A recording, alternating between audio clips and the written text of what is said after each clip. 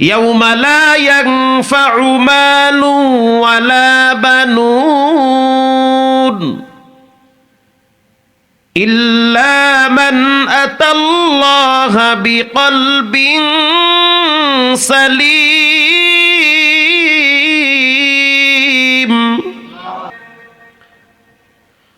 ولا تكونوا كالذين نسوا الله فأنساهم أنفسهم أولئك هم الفاسقون.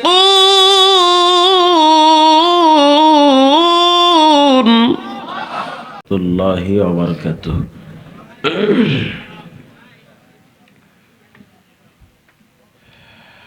إن الحمد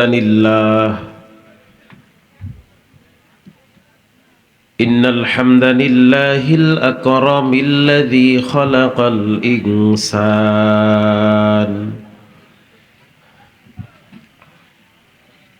الذي نزل القرآن هدى للناس وبينات من الهدى والفرقان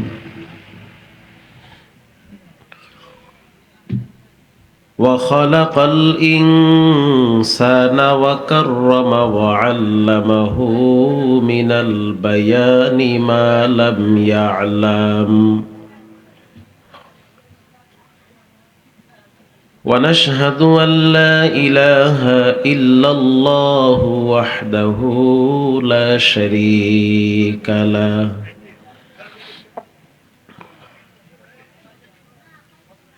ونشهد أن سيدنا وسندنا وحبيبنا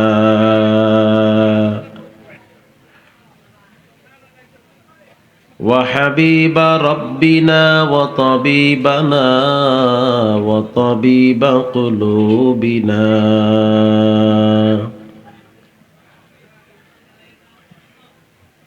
ومولانا محمدا عبده ورسوله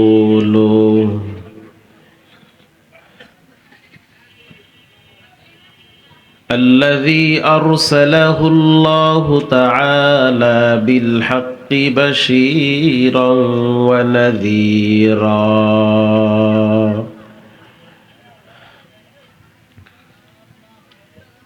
وداعيا إلى الله بإذنه وسراجا منيرا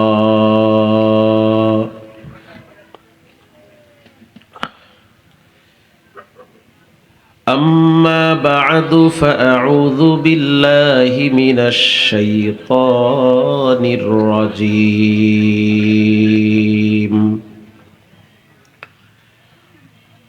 بسم الله الرحمن الرحيم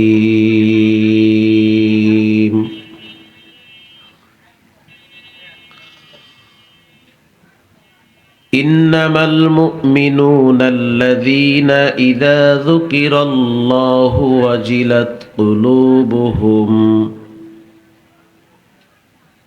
وإذا تليت عليهم آياته زادتهم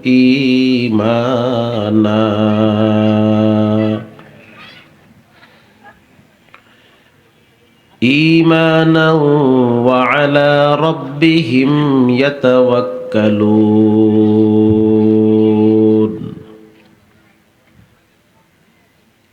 وقال سبحانه وتعالى فأما من طغى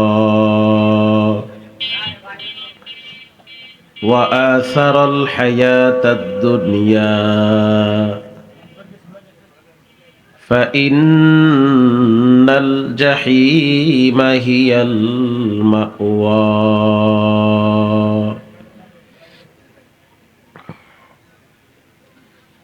سبحانك لا علم لنا إلا ما علمتنا إنك أنت العليم الحكيم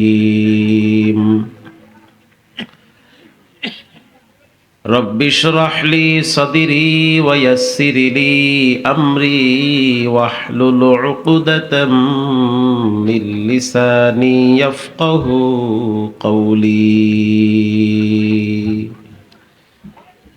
সাল্লাল্লাহু আলাইহি ওয়াসাল্লাম। আলহামদুলিল্লাহ। ধরার শাপলা সমবায় সমিতির উদ্যোগে আয়োজিত দ্বিতীয় বার্ষিক ওয়াজ মাহফিলের মুহতারাম সম্মানিত সভাপতি ডিএম আবুল হোসেন উলু সাহেব, আজকের মাহফিলের সম্মানিত প্রধান অতিথি এস.এম. জিলানী সাহেব, বিশেষ অতিথি আনোয়ার হোসাইন আনোয়ার সাহেব, আমন্ত্রিত অতিথিবৃন্দ, দিন প্রিয় ধর্মপ্রাণ ধর্মভীরু মুসলমান ভাইরা, আল্লাহ তাআলার দরবারে অসংখ্য অগণিত শুকরিয়া যে মহান রব্বুল আলামিন আমাদেরকে দুনিয়ার হাজারো কর্মব্যস্ততাকে উপেক্ষা করে, দলমত নির্বিশেষে হিংসাত্ম মনোভাব দূর করে সুশৃঙ্খল পরিবেশ, মনোমুগ্ধকর একটি জায়গায় আল্লাহ জাল্লা জালালুহু আম্মা নওয়ালুহু আমাদের মতো কিছু গুনাহগার পাপী নাখান্দা বান্দাদেরকে আজকের এই ওয়াজ মাহফিলে উপস্থিত হওয়ার তৌফিক দান করেছেন। এজন্য দিল থেকে সকলেই শুকর আদায় করি, আলহামদুলিল্লাহ। দুরূদ ও সালাম বর্ষণ হোক সাইয়্যিদুল মুরসালিন, ইমামুল মুরসালিন, রহমাতুল লিল আলামিন, সাইয়্যিদুল কাওনাইন, ফখরুল হুদায়া, শাহেনশাহে মদিনা, মানবতার মুক্তির দূত, সর্বকালের সর্বশ্রেষ্ঠ মহামানব, যাকে আল্লাহ তাআলা হাউজে কাউসার উপহার দিয়েছেন, বলেন মারহাবা। যার সুপারিশ ব্যতীত কোনো মানুষ জান্নাতে যেতে পারবে না, এমন একজন মহানবী, শ্রেষ্ঠ নবী, দামি নবীর উম্মত হওয়ার সৌভাগ্য আমাদেরকে দান করেছেন। খুশি না বেজার? যদি খুশি হয়ে থাকেন দিল থেকে সকলেই পড়ি সাল্লাল্লাহু আলাইহি ওয়াসাল্লামের উপর। সর্বোপরি শকর যে আল্লাহ তাআলা আমাদেরকে সুস্থ রেখেছেন, জীবিত রেখেছেন। বেঁচে থাকাটা অনেক বড় এক নেয়ামত যে আল্লাহ আমাদেরকে এখনো জীবিত রেখেছেন, আমরা এখনো বেঁচে আছি। নবী করিম সাল্লাল্লাহু আলাইহি ওয়াসাল্লাম বলেছেন, ওয়া হায়াতাকা ক্বাবলা মাউতিক,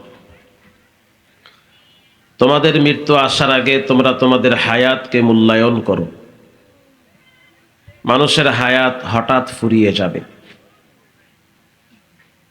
গত বছর এক মাহফিলে গেলাম পাবনা সাথিয়া, একজন নেতা দাঁড়ায় বক্তব্য দেওয়ার জন্য মাইক হাতে নিয়েছে, ভালো মানুষ। তো তিনি বলতেছে যে আমি একটা কথাই বলবো। কয়টা কথা? একটা কথা বলবো। বলতে বলতে মোটামুটি 10 মিনিট গেছে, তারপরও একটা কথার থেকে দ্বিতীয় কথা আসে না। আমি একটা কথাই বলবো, প্লিজ আপনারা কোনো আওয়াজ করবেন না, সাউন্ড করবেন না, একেবারেই সাইলেন্ট হয়ে যান। একটা কথাই বলবো বলতে বলতে দেখলাম সে চোখ বড় করে ফেলাইছে। তখন বুঝলাম যে সে যেটা দেখে সেটা আমি দেখি না। কারণ যখন মানুষের সামনে মালাকুল মউত চলে আসে তখন তার ভিতরে ভয় চলে আসে, তার দুনিয়ার সেন্স থাকে না। তো একটা কথা বলবো বলতে বলতে স্টেজে পড়েই গেল। ওখান থেকে নিচে নামাতে না নামাতে সবাই বলল যে শ্বাস বন্ধ হয়ে গেছে। গত মাসের 17 তারিখে গাইবান্ধায় এক বক্তা বয়ান করতে করতে আরে হঠাৎ বলতেছে, ফাঁকে যাও, ফাঁকে যাও, ফাঁকে যাও, একটু দূরে যাও। আহা, এত ডিস্টার্ব, একটু ফাঁকে যাও না মিয়া। এটা বলতে বলতেই দেখলাম স্টেজে কাইতে পড়ছে। তার মানে সে যেটা দেখতেছে সেটা আমি দেখি না। গতকালকে আমি এই যে কুষ্টিয়ার থেকে ঢাকায় ঢুকতেছি মতিঝিলে জুমা পড়াইতে, তো যখন ঢাকায় ঢুকতেছি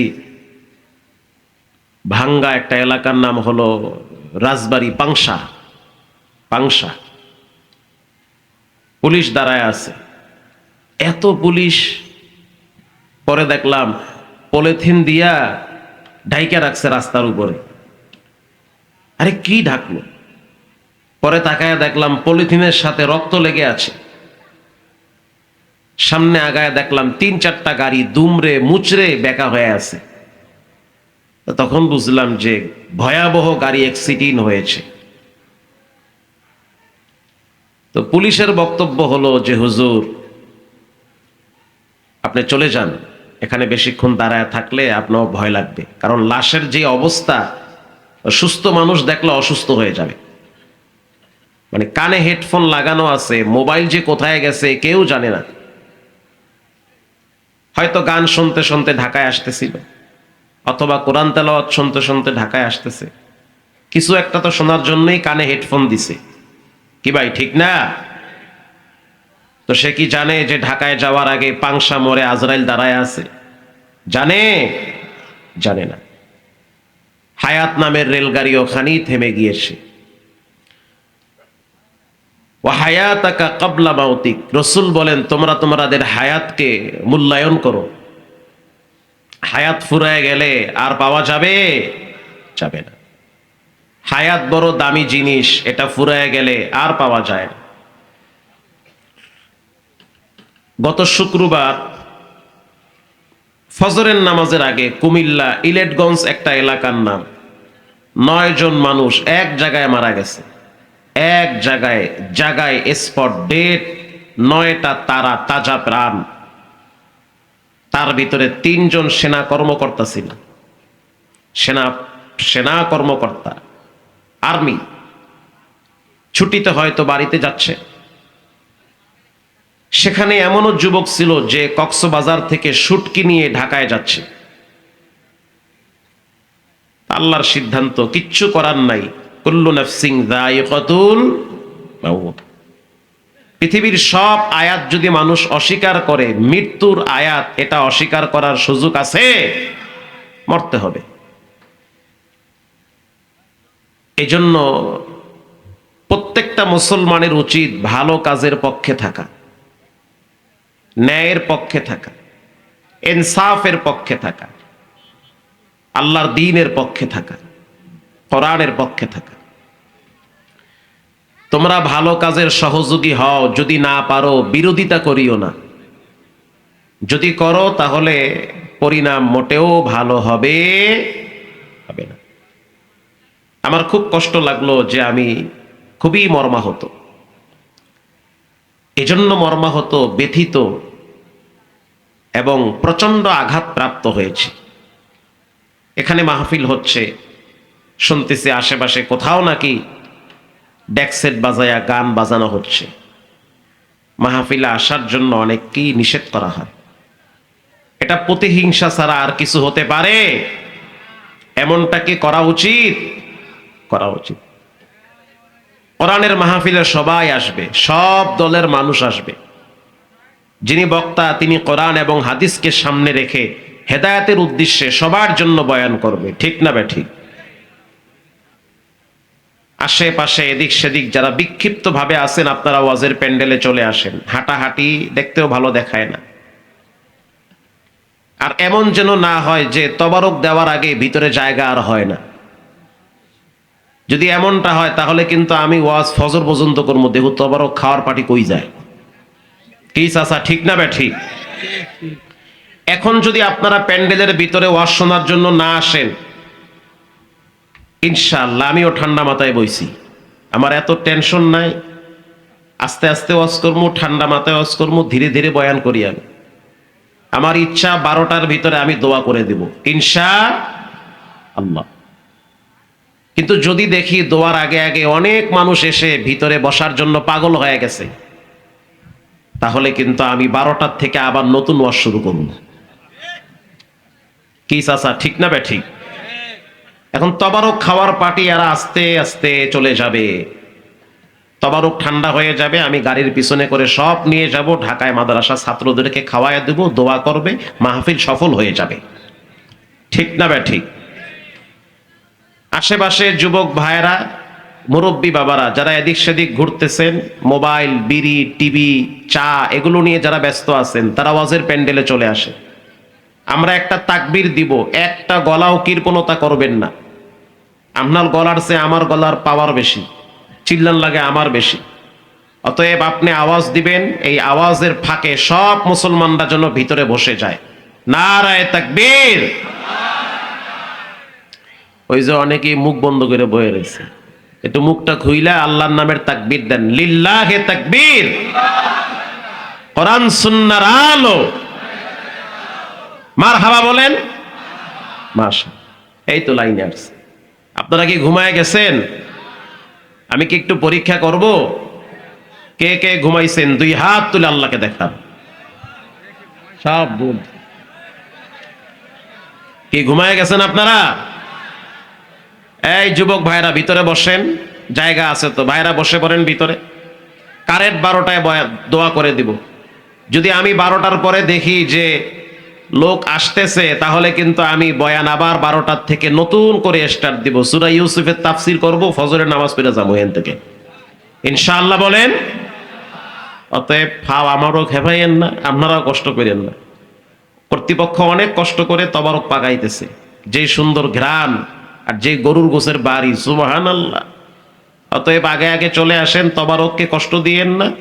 আর মোবারক সাহেব যারা আসবেন তারাও কষ্ট পায়েন না। কোরআন সুন্নাহর প্যান্ডেলে তবারকের উদ্দেশ্যে আসবেন না, আসবেন দ্বীন শেখার উদ্দেশ্যে। এবার আপনারা সবাই মুখ ছেড়ে আওয়াজ দিয়ে পড়েন আলিফ। যদি ঠিক মতো না পড়েন তাহলে কিন্তু আমি জিগাবো। জিগানোর সময় যদি আউলা জাউলা করেন তাহলে কিন্তু শরম পাইবেন, কারণ আমি ওস্তাদ, আপনারা ছাত্র। আমারে শিক্ষক বানায়া এখানে বসাইছেন। আমি জুমা যেখানে পড়াই 11,000 মুসল্লি হয় মতিঝিলে, তো তারা আমারে শিক্ষক হিসেবেই জুমার মুসাল্লায় বসায়। তা আপনারাও তো আমাকে ওস্তাদ হিসেবেই বসাইছেন। ওস্তাদের কথা না শুনলে এটা বেয়াদবি হয়। সবাই আওয়াজ দিয়ে বলেন আলিফ। আলেম ওলামা যারা আছেন, যারা পারেন তাদের দরকার নাই, তারা তো পারেনি। যারা সাধারণ আছেন, যারা পারেন না, তারা বলবেন। বলেন বা। মাশাআল্লাহ। বলেন তা।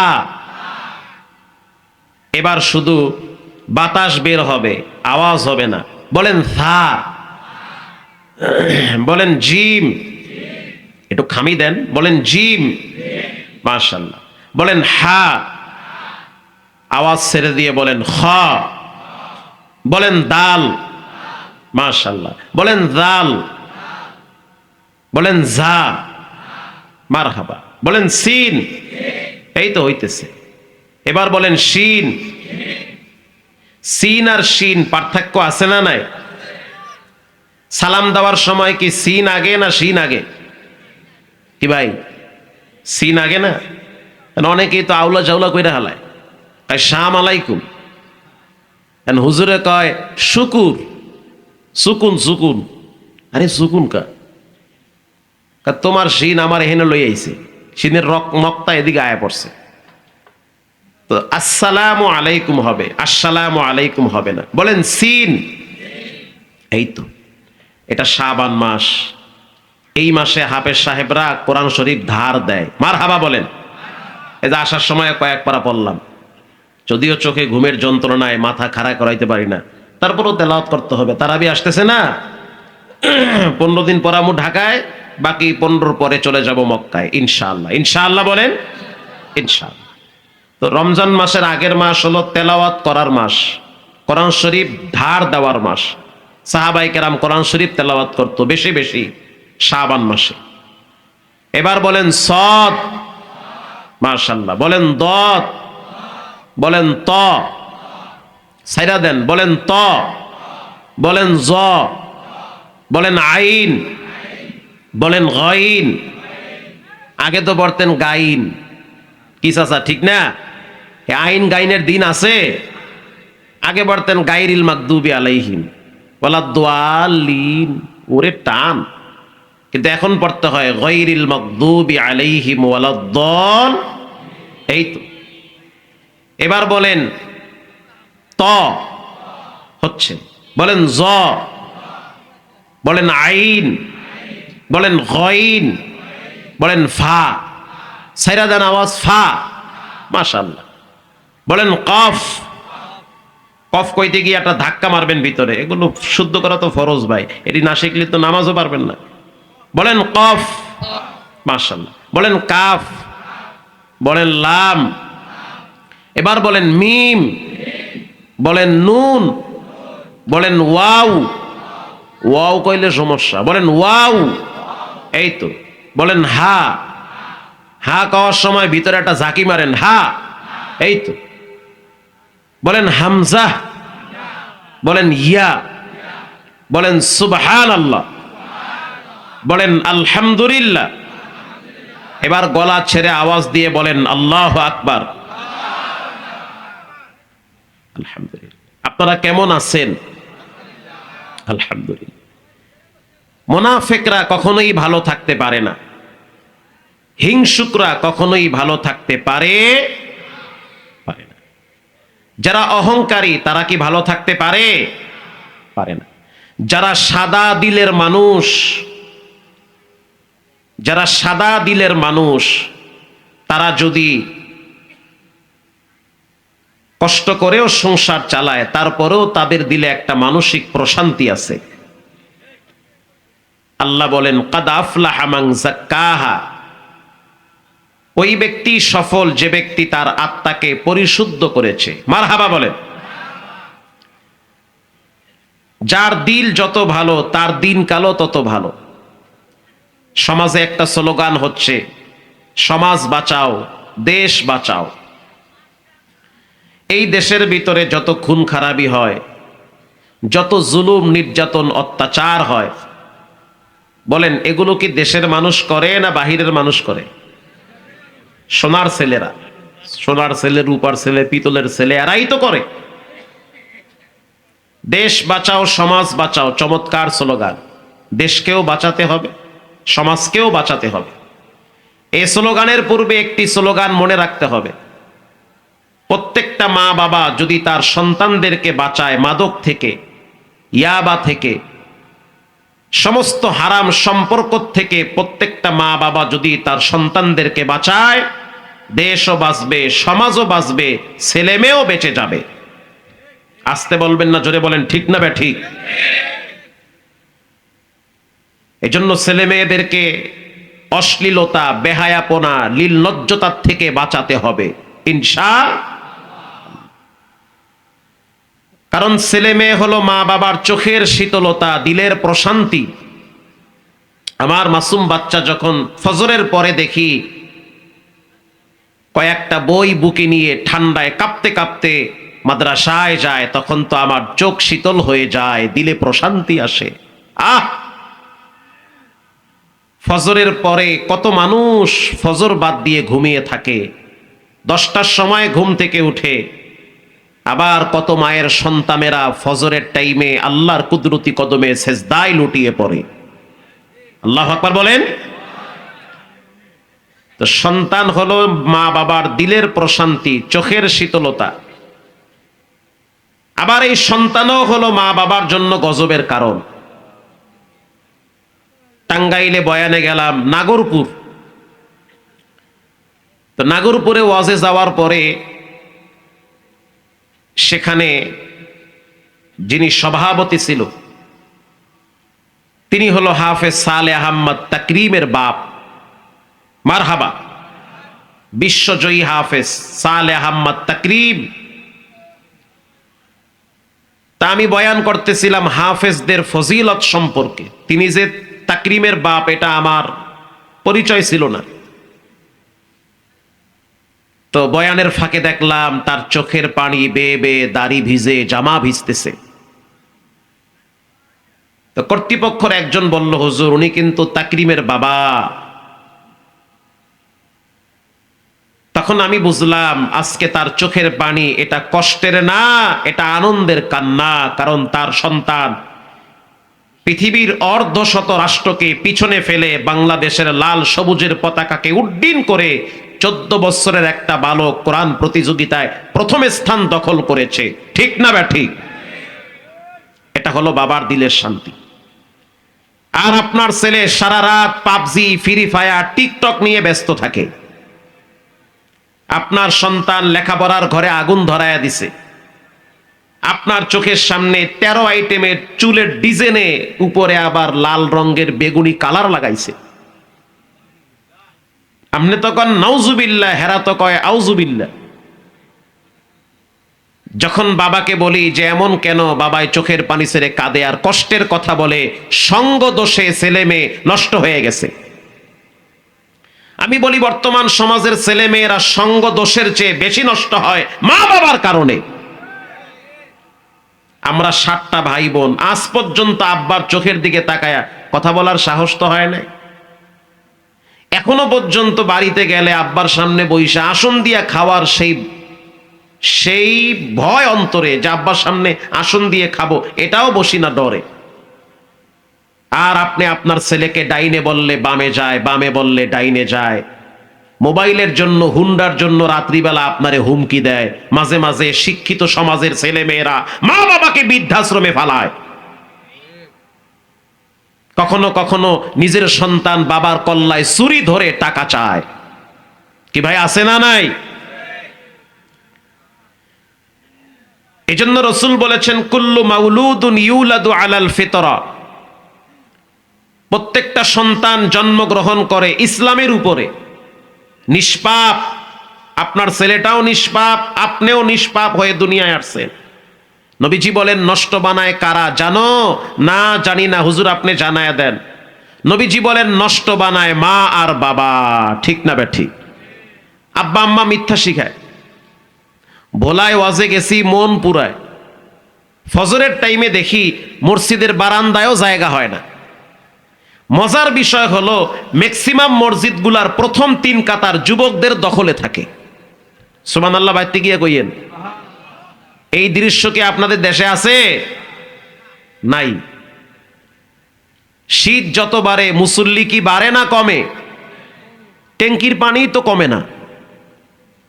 আরে আল্লাহ, ট্যাঙ্কির পানি দেখি ঠান্ডার এমন ঠান্ডা, ও হাত দিলে দেখি হাত নাই। মুয়াজ্জিম সাহেব কয় হুজুর গত সপ্তাহে পানি উঠাইছি, পানি তো কমে না। তার মানে মানুষ উজুই করতে চায় না। তো কমিটিকে বললাম যে ফজরের টাইমে এত মানুষ মসজিদে, তাও আবার যুবকদের দখলে পুরা মসজিদ।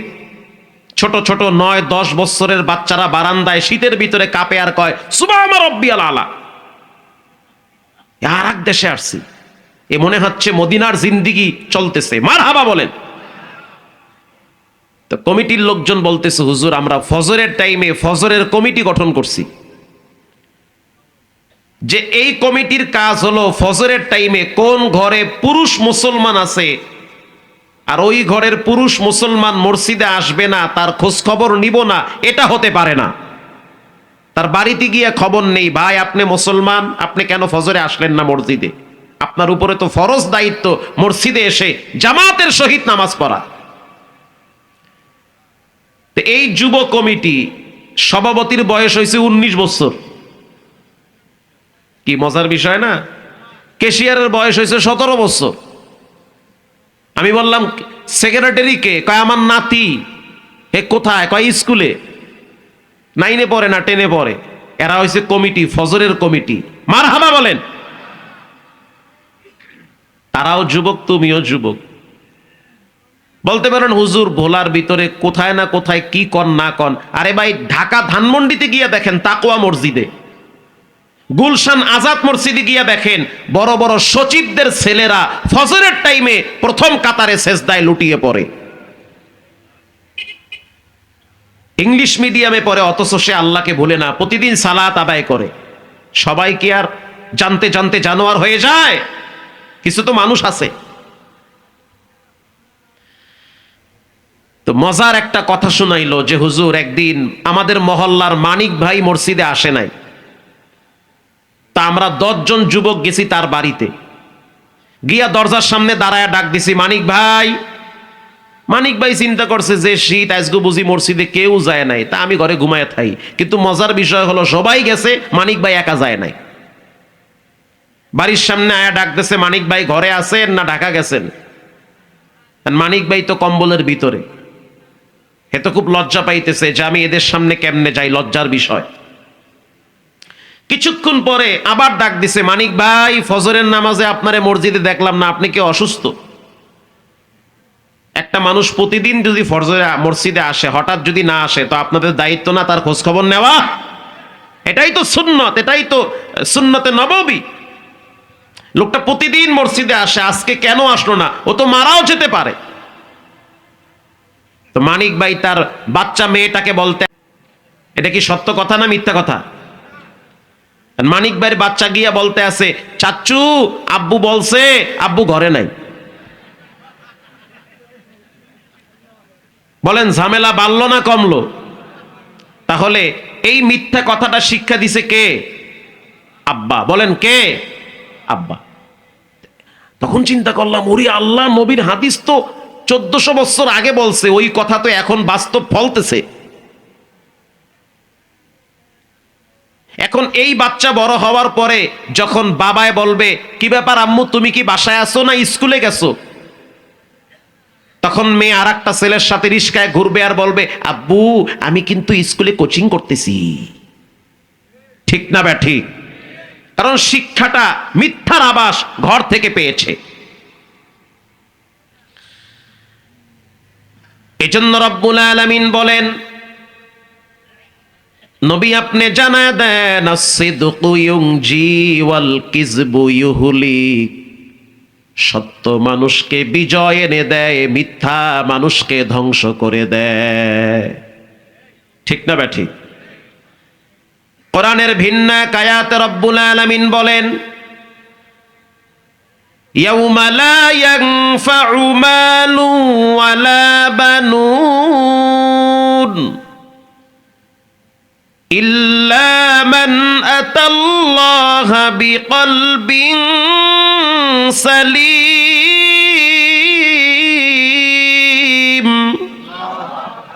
আরো জোরে বলেন আল্লাহু আকবার। আল্লাহ বলেন, মাল কাজে আসবে না, সন্তান কাজে আসবে না, একমাত্র কাজে আসবে সাদা দিল, পরিষ্কার আত্মা। মারহাবা বলেন।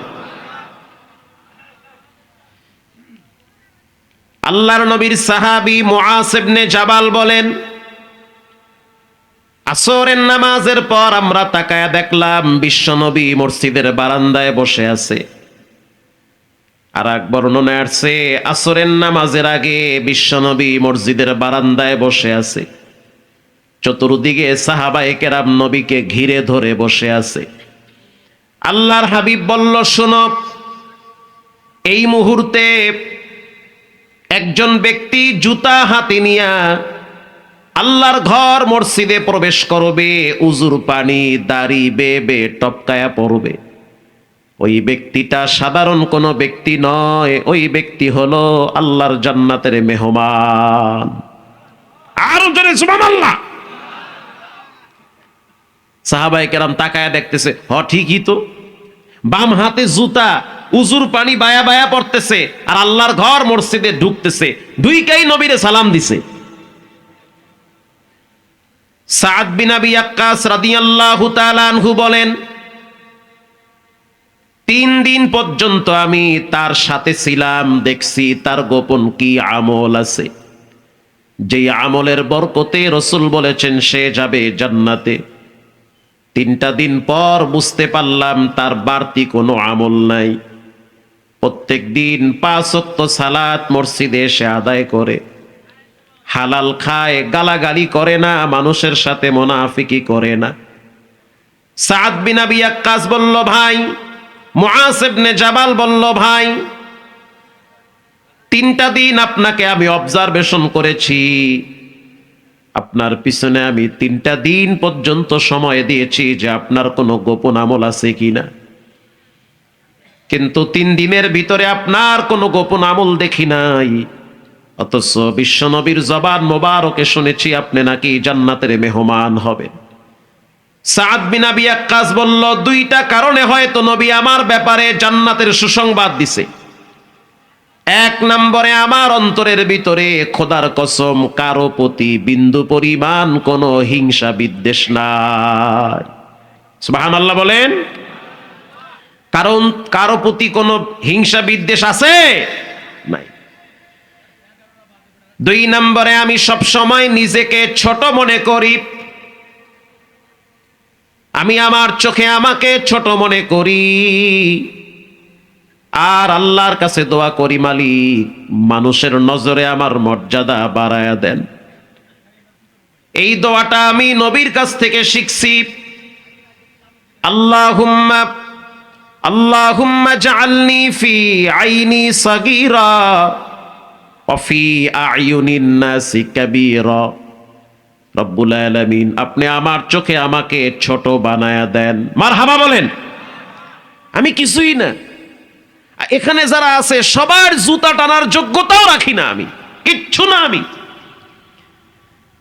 আর মানুষের নজরে আমার মর্যাদা বাড়ায় দেন। মুআজ ইবনে জাবাল বলল, ভাই বুঝতে পারছি তোমার অন্তরটা হলো সাদা অন্তর। আল্লাহু আকবার বলেন। তোমার অন্তরে যেই রোগগুলা থাকলে তুমি জান্নাতে যেতে পারতা না, সেই রোগগুলা তোমার অন্তরের ভিতরে নাই। এক নম্বরে, হিংসার রোগ তোমার অন্তরে নাই। আল্লাহর নবী বলেন, শবে বরাতের রাতে আল্লাহ সবাইকে মাফ করবে, ইল্লা মুশরিকিন আও মুশাহিন। এক নম্বরে যারা মুশরিক তাদের কোনো ক্ষমা নাই। দুই নম্বরে যারা হিংসা বিদ্বেষ অন্তরে লালন করে তাদের কোনো ক্ষমা নাই। যার অন্তরে যাররা পরিমাণ অহংকার থাকবে জান্নাতে যাবে না, জান্নাতের ঘ্রাণও পাবে না। কোরআনের ভিন্ন এক জায়গায় রব্বুল আলামিন বলেন, ওয়ালা তাকুনু কাল্লাযীনা নাসুল্লাহা ফাআনসাহুম আনফুসাহুম উলাইকা হুমুল ফাসিকুন।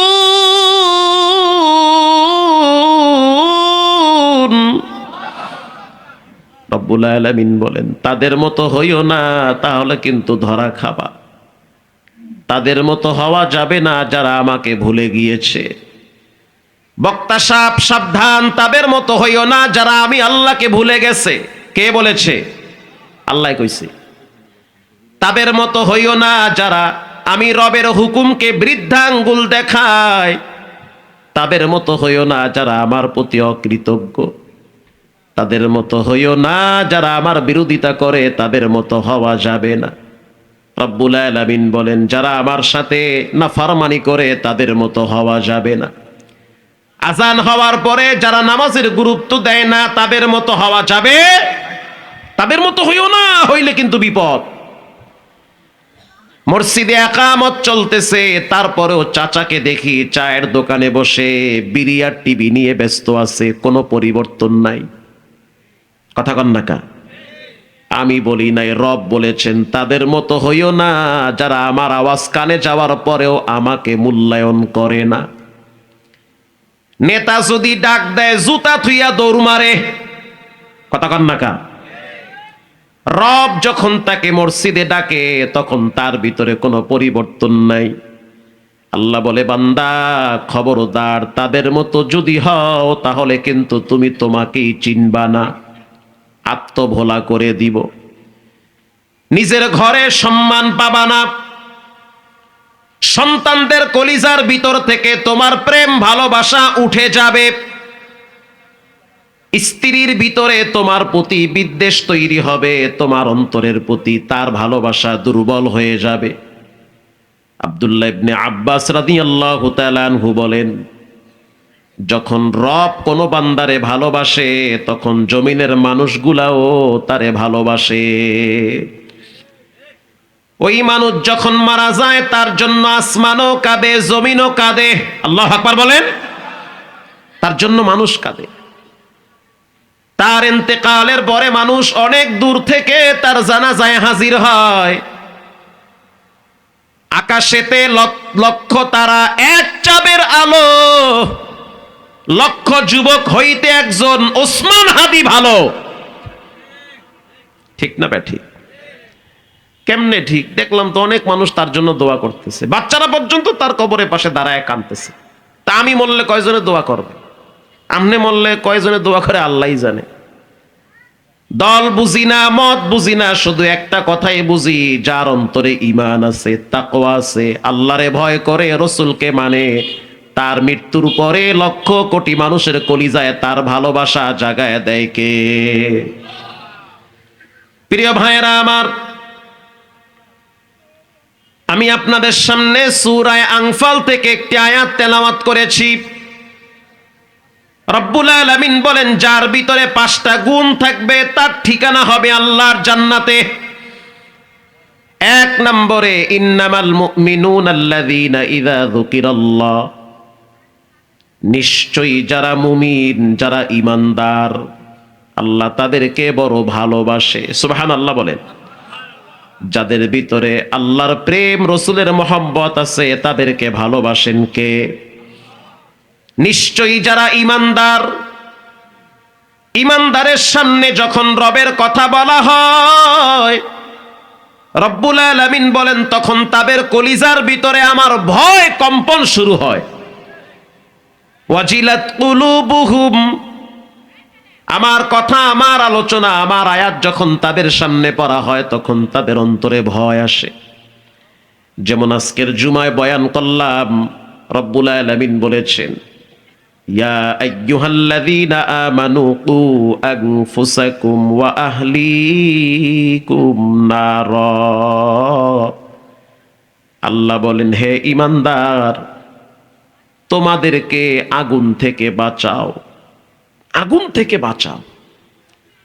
আল্লাহ বলেন, মাহমুদুল হাসান ফেরদাউস, তুমি তোমারে আগুন থেকে বাঁচাও। সামনে যারা বসা আছেন, রব বলেন, তুমি তোমাকে আগুন থেকে বাঁচাও। এলাকার মহিলারা, তুমি তোমাকে আগুন থেকে বাঁচাও। ইমাম সাহেব, আপনি আপনাকে আগুন থেকে বাঁচান। নেতা সাহেব, আপনি আপনাকে আগুন থেকে বাঁচান। কিসের আগুন? রব্বুল আলামিন বলেন, এটা আমার আগুন। আল্লাহু আকবার বলেন। বলেন, কার আগুন?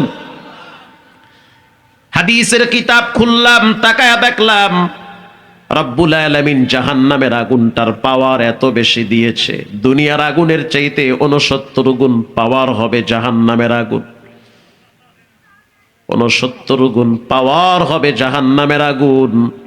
রব্বুল আলামিন বলেন, সেই আগুনটাকে আমি 3000 বছর পর্যন্ত প্রজ্বলিত করেছি, পাওয়ার বাড়িয়েছি।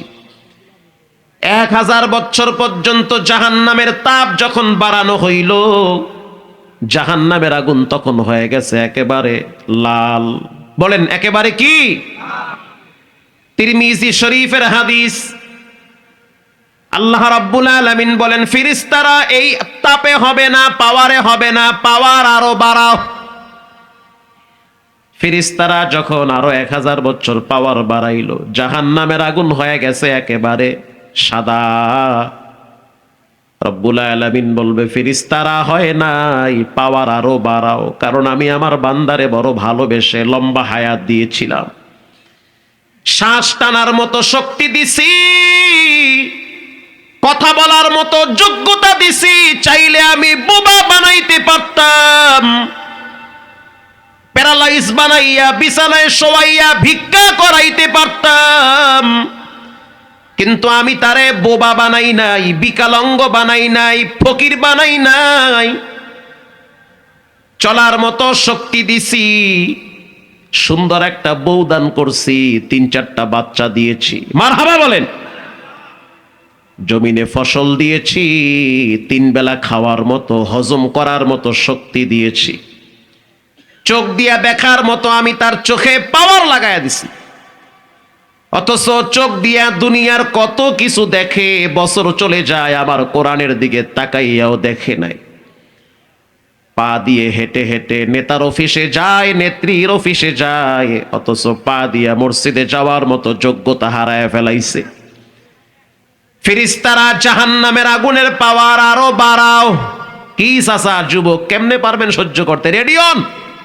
এই তো দোকানে কাপড়ের কাপড় আপনার লেগে গায়ে পড়ছে মনে হয়, খুব কাছে। মরার ঘেরান 2 দিন পরই নাহে পাইবেন। রেডি হয়ে যান। আল্লাহ রাব্বুল আলামিন বলেন জাহান্নামের আগুনের পাওয়ার আরো বাড়াও। হাদিসের কিতাব খুললাম, তাকায় দেখলাম তিরমিজির হাদিস। রাসূল বলেন জাহান্নামের আগুন 3000 বছর পর্যন্ত প্রজ্বলিত করা হয়েছে।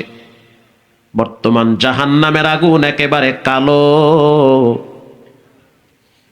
জাহান্নামের আগুনের ভিতরে একজন মানুষকে যখন ফালানো হবে তখন সে তার নিজের শরীর দেখতে পারবে না। আল্লাহু আকবার বলেন। অন্ধকার জাহান্নামের আগুন। আল্লাহ রাব্বুল আলামিন বলেন নারুল্লাহ, আমার আগুন। জানো এটার পাওয়ার কত? আল্লাহ জানি না, আপনি জানায় দেন। আল্লাতী তাত্তালিউ আলাল আফইদা। আমি বলি নাই, রব বলেছেন শরীরের যে কোনো অঙ্গে লাগলে প্রথম তোমার কলিজাটা সাফ করে পুড়ে যাবে। দুনিয়ার আগুন ডান হাতে লাগলে ডান হাত জ্বলে, বাম হাতে লাগলে বাম হাত জ্বলে। আল্লাহ বলে বান্দা জানো তোমার জন্য কোন জাহান্নামের আগুন আমি রিজার্ভ করেছি? ওটার শরীরের যে কোনো অঙ্গে লাগলে প্রথম কলিজাটা সাত করে ভুনা হয়ে যাবে। আল্লাহর নবী আল্লাহর কাছে চোখের পানি ছেড়ে দোয়া করেছে, আল্লাহুম্মা আজিরনি মিনান নার, আল্লাহুম্মা আজিরনা মিনান নার। অথচ মুসলমানরা এই দোয়াটা অনেকেই জানে না। যে ব্যক্তি প্রতিদিন আসরের নামাজের পরে 7 বার পড়বে, রব্বুল আলামিন জাহান্নাম থেকে তাকে মুক্ত করে দিবে। আরো জোরে সুবহানাল্লাহ। আল্লাহ জাহান্নামের আগুন চাই না। জাহান্নামও বলে আল্লাহ যে আমারে চায় না আমিও তারে চাই না। এরপরে রব্বুল আলামিন বলেন ওয়া আহলিকুম নারা, তোমার সন্তানকে জাহান্নামের আগুন থেকে বাঁচাও। তাহলে মুমিনদের প্রথম গুণ হবে নিজেকে জাহান্নামের আগুন থেকে বাঁচাবে। জাহান্নামের আগুন থেকে বাঁচাবার আগে মুমিনের কলিজার ভিতরে আল্লাহর কথা বলা হইলে কম্পন শুরু হয়ে যাবে। আগের যুগে বাচ্চাদের ভিতরেও রবের ভয় ছিল।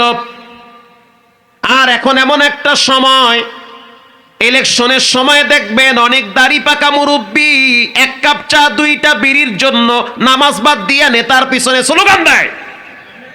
আসতে বলবেন না, জোরে বলেন ঠিক না বে ঠিক। অথচ চাচায় নামাজও পড়ে না। রব্বুল আলামিন বলেন মুমিনদের প্রথম গুণ হবে মুমিনদের সামনে যখন রবের কথা বলা হবে তখন তাদের অন্তরে কম্পন শুরু হয়ে যাবে। আগের যুগে ছোট বাচ্চাদের ভিতরেও রবের ভয় ছিল। তাফসীরের কিতাবে পড়েছি দামেস্কের একটা এলাকার নাম হলো ওয়ারায়ান। তাফসীরের রুহুল মানিতে আসছে ওয়ারায়ান নামক বাগানটা এত বড়, জান্নাতানি আইয়ামিনি ওয়া শিমাল, বিশাল বড় একটা আঙ্গুর ফলের বাগান। বাপ আর ছেলে দুইজনে রাস্তা দিয়ে হাঁটতেছে, বাবায় তাকায় দেখে সুন্দর আঙ্গুর ফলের বাগান। প্রত্যেকটা গাছে আঙ্গুর ঝুলে আছে। বাবার জিহ্বায় পানি আসছে, আঙ্গুরের প্রতি লোভ চলে আসছে। বাপ সন্তানকে বলল, সন্তান 3 রাস্তার মোড়ে একটু দাঁড়াও, আমি বাগানে ঢুইকা কিছু আঙ্গুর পেরে নিয়ে আসি। আপনারা বলেন মালিকের অনুমতি ছাড়া গাছের আঙ্গুর পারা জায়েজ হবে? হবে? তো বাবার জিহ্বায় পানি আইছে, এত সুন্দর আঙ্গুর ফল, তো ভিতরে ঢুইকা কিছু আঙ্গুর পারি। সন্তানকে বলল, সন্তান তুমি একটু দাঁড়াও, আমি ভিতরে গেলাম। কেউ যদি আমাকে দেখে তুমি আমাকে সতর্ক করবা, কারণ বাগানের মালিক যদি আমাকে দেখে তাইলে কিন্তু ফিডায়া তোমারেও তক্তা বানাইবে। অতএব চুপচাপ দাঁড়ায় থাকো, ডানে বামে তাকাবা। কেউ যদি আমাকে দেখে জোরে একটা ডাক দিবা। তার মানে বাবাই চুরি করতে ঢুকতেছে, ছেলেরে পাহারাদার বানাইছে। ঠিক না বে ঠিক? দাঁড়ায় থাকো। বাপ কেবলমাত্র বাগানে ঢুইকা আঙ্গুর ফলের থোকা দইরা টান মারছে, কেবলমাত্র টান দিছে। সন্তান ডানে বামে তাকায় দেখে কেউ নাই। হঠাৎ কি যেন মনে করে চিৎকার মারছে, ইয়া আবি আহাদুই ইয়ারানা, আব্বা জান, একজন ব্যক্তি আপনার দিকে চোখ বড় করে তাকায় আছে। আল্লাহু আকবার জোরে বলেন। বাবায় জুতা মোতা ফালাইয়া মারছে দৌড়। আইর সুবহানাল্লাহ, বাগানের মালিক বুঝে আয়া পড়ছে। আয়া দেখে কেউ নাই, পোলা একলা খাড়াই রইছে।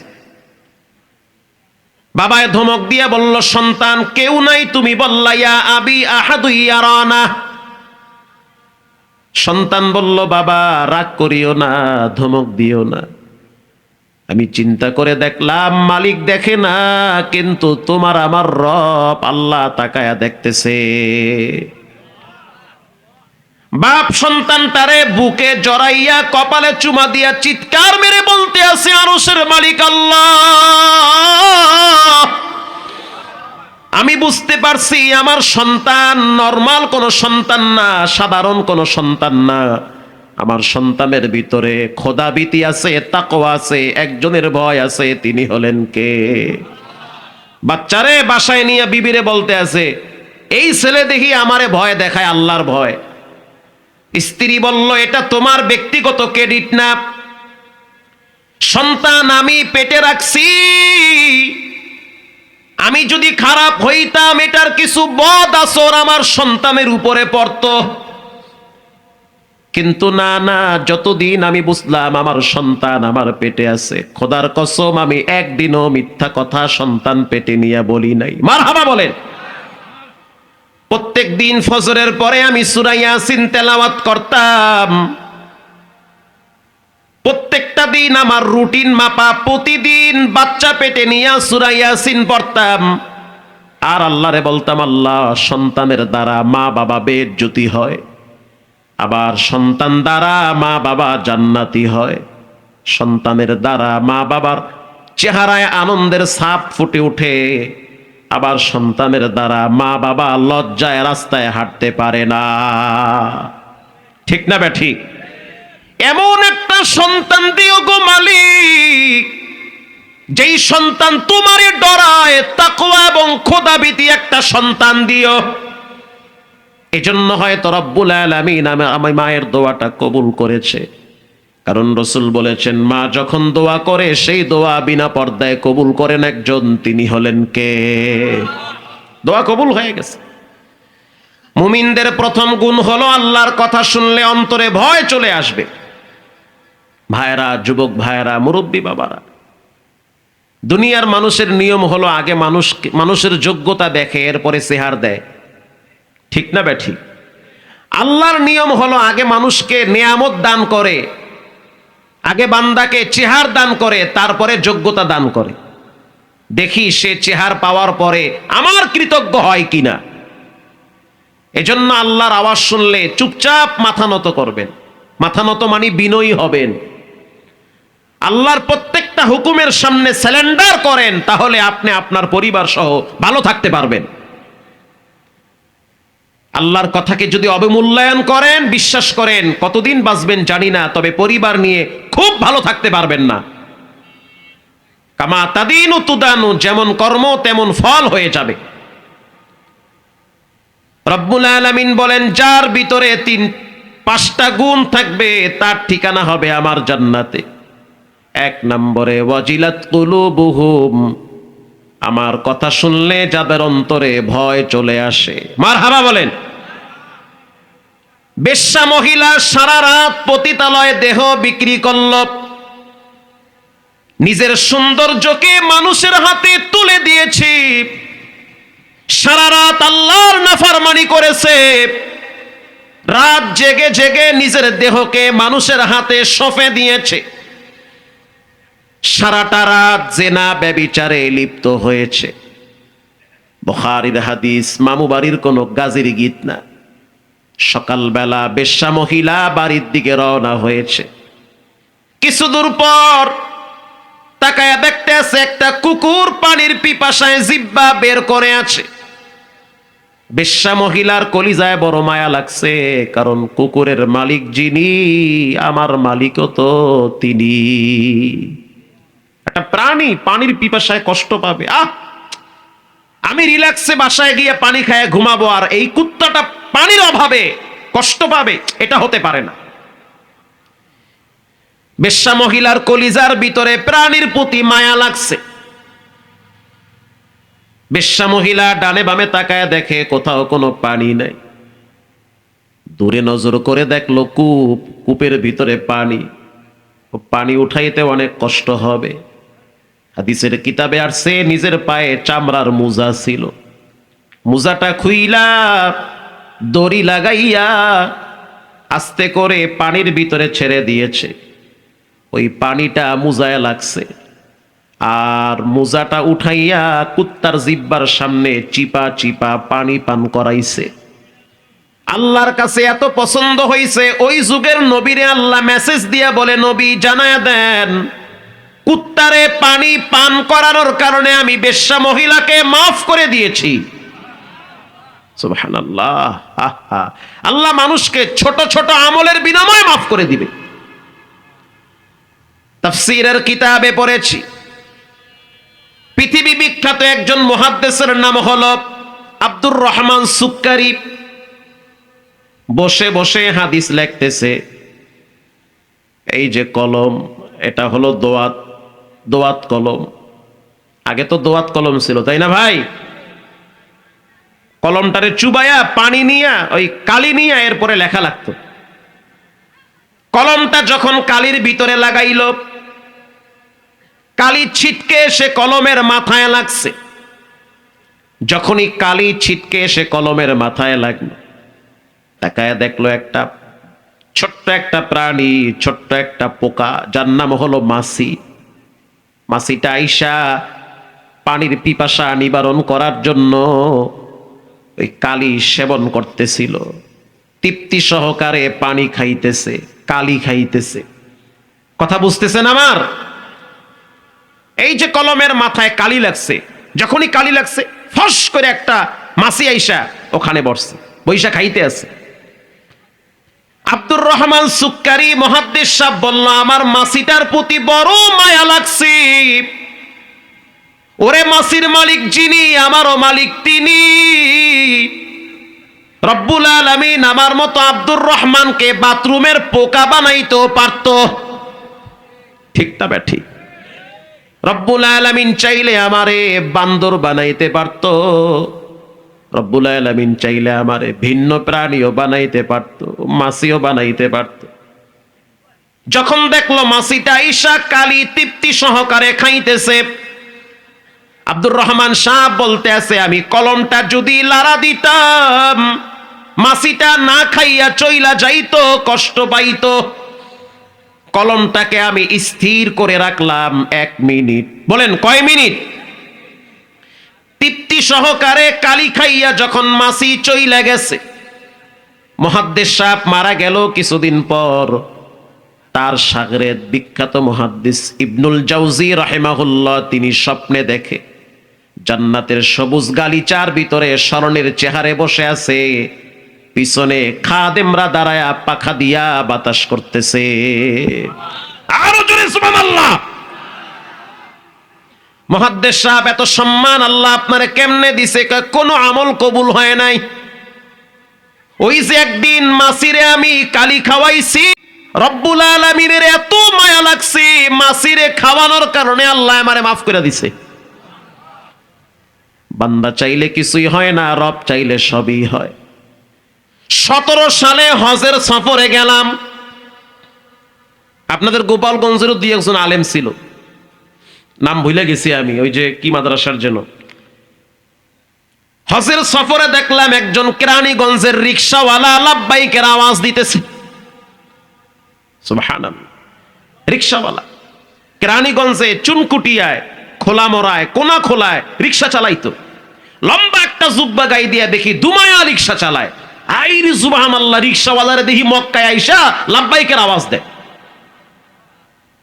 ভাই রিকশাওয়ালা কেমনে আসছে? সে জবাব দিল, হুজুর আমি তো দুর্বল, কিন্তু আমার মাওলা মোটেও দুর্বল না। আমি দুর্বল, আমার রব দুর্বল। নিয়ে আইছে আল্লাহ। কেমনে আনছে? বলে আমার মায়ের খেদমতের কারণে আমার কপাল খুইলে গেছে। হুজুর আবার প্রথম বিবি চলে গেছে। কেন? আমার মা অসুস্থ, ঢাকায় আইনা ঘর ভাড়া কইরা মায়ের রাখতাম। আমার মা প্যারালাইসের রোগী, প্রত্যেক দিন আমি ঘাড়ে কইরা থেরাপি সেন্টারে নিয়া থেরাপি দিতাম। আমার স্ত্রীর বক্তব্য হলো, তোমার মা যেই ঘরে থাকে ওই ঘরে আমি থাকতে পারবো না, প্রস্রাব পায়খানার গন্ধ আসে। হুজুর আমি যদি আমার মায়ের সাইরা দিতাম, আমার মা কোথায় যাইতো, কার কাছে যাইতো? আমি আমার মাকে ছাড়ি নাই, বরং আমি প্রত্যেক দিন প্রস্রাব পায়খানার খাতা সাফ করতাম। যখন আমি রাত্রিবেলা সুজি পাক করে মায়ের মুখে দিতাম, ওই টিন সেট বস্তি রুমের ভিতরে আমার মা বলতো, আল্লাহ আমি একজন প্যারালাইজ রোগী, আমার দুনিয়াতে আমার সন্তান ছাড়া কেউ নাই। আমার সন্তানটা ঢাকা শহরে রিক্সা চালায়, প্রত্যেকটা দিন আইসা আমারে ঘাড়ে কইরা থেরাপি সেন্টারে নিয়ে চিকিৎসা করে।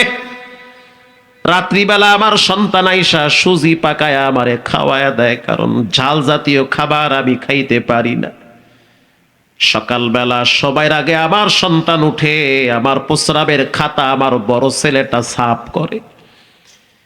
যেই সন্তান আমার জন্য এত ত্যাগ স্বীকার করলো, রব্বুল আলামিন ওই সন্তানটারে মদিনা না দেখাইয়া, মক্কা না দেখাইয়া মরণ দিও না রে আল্লাহ।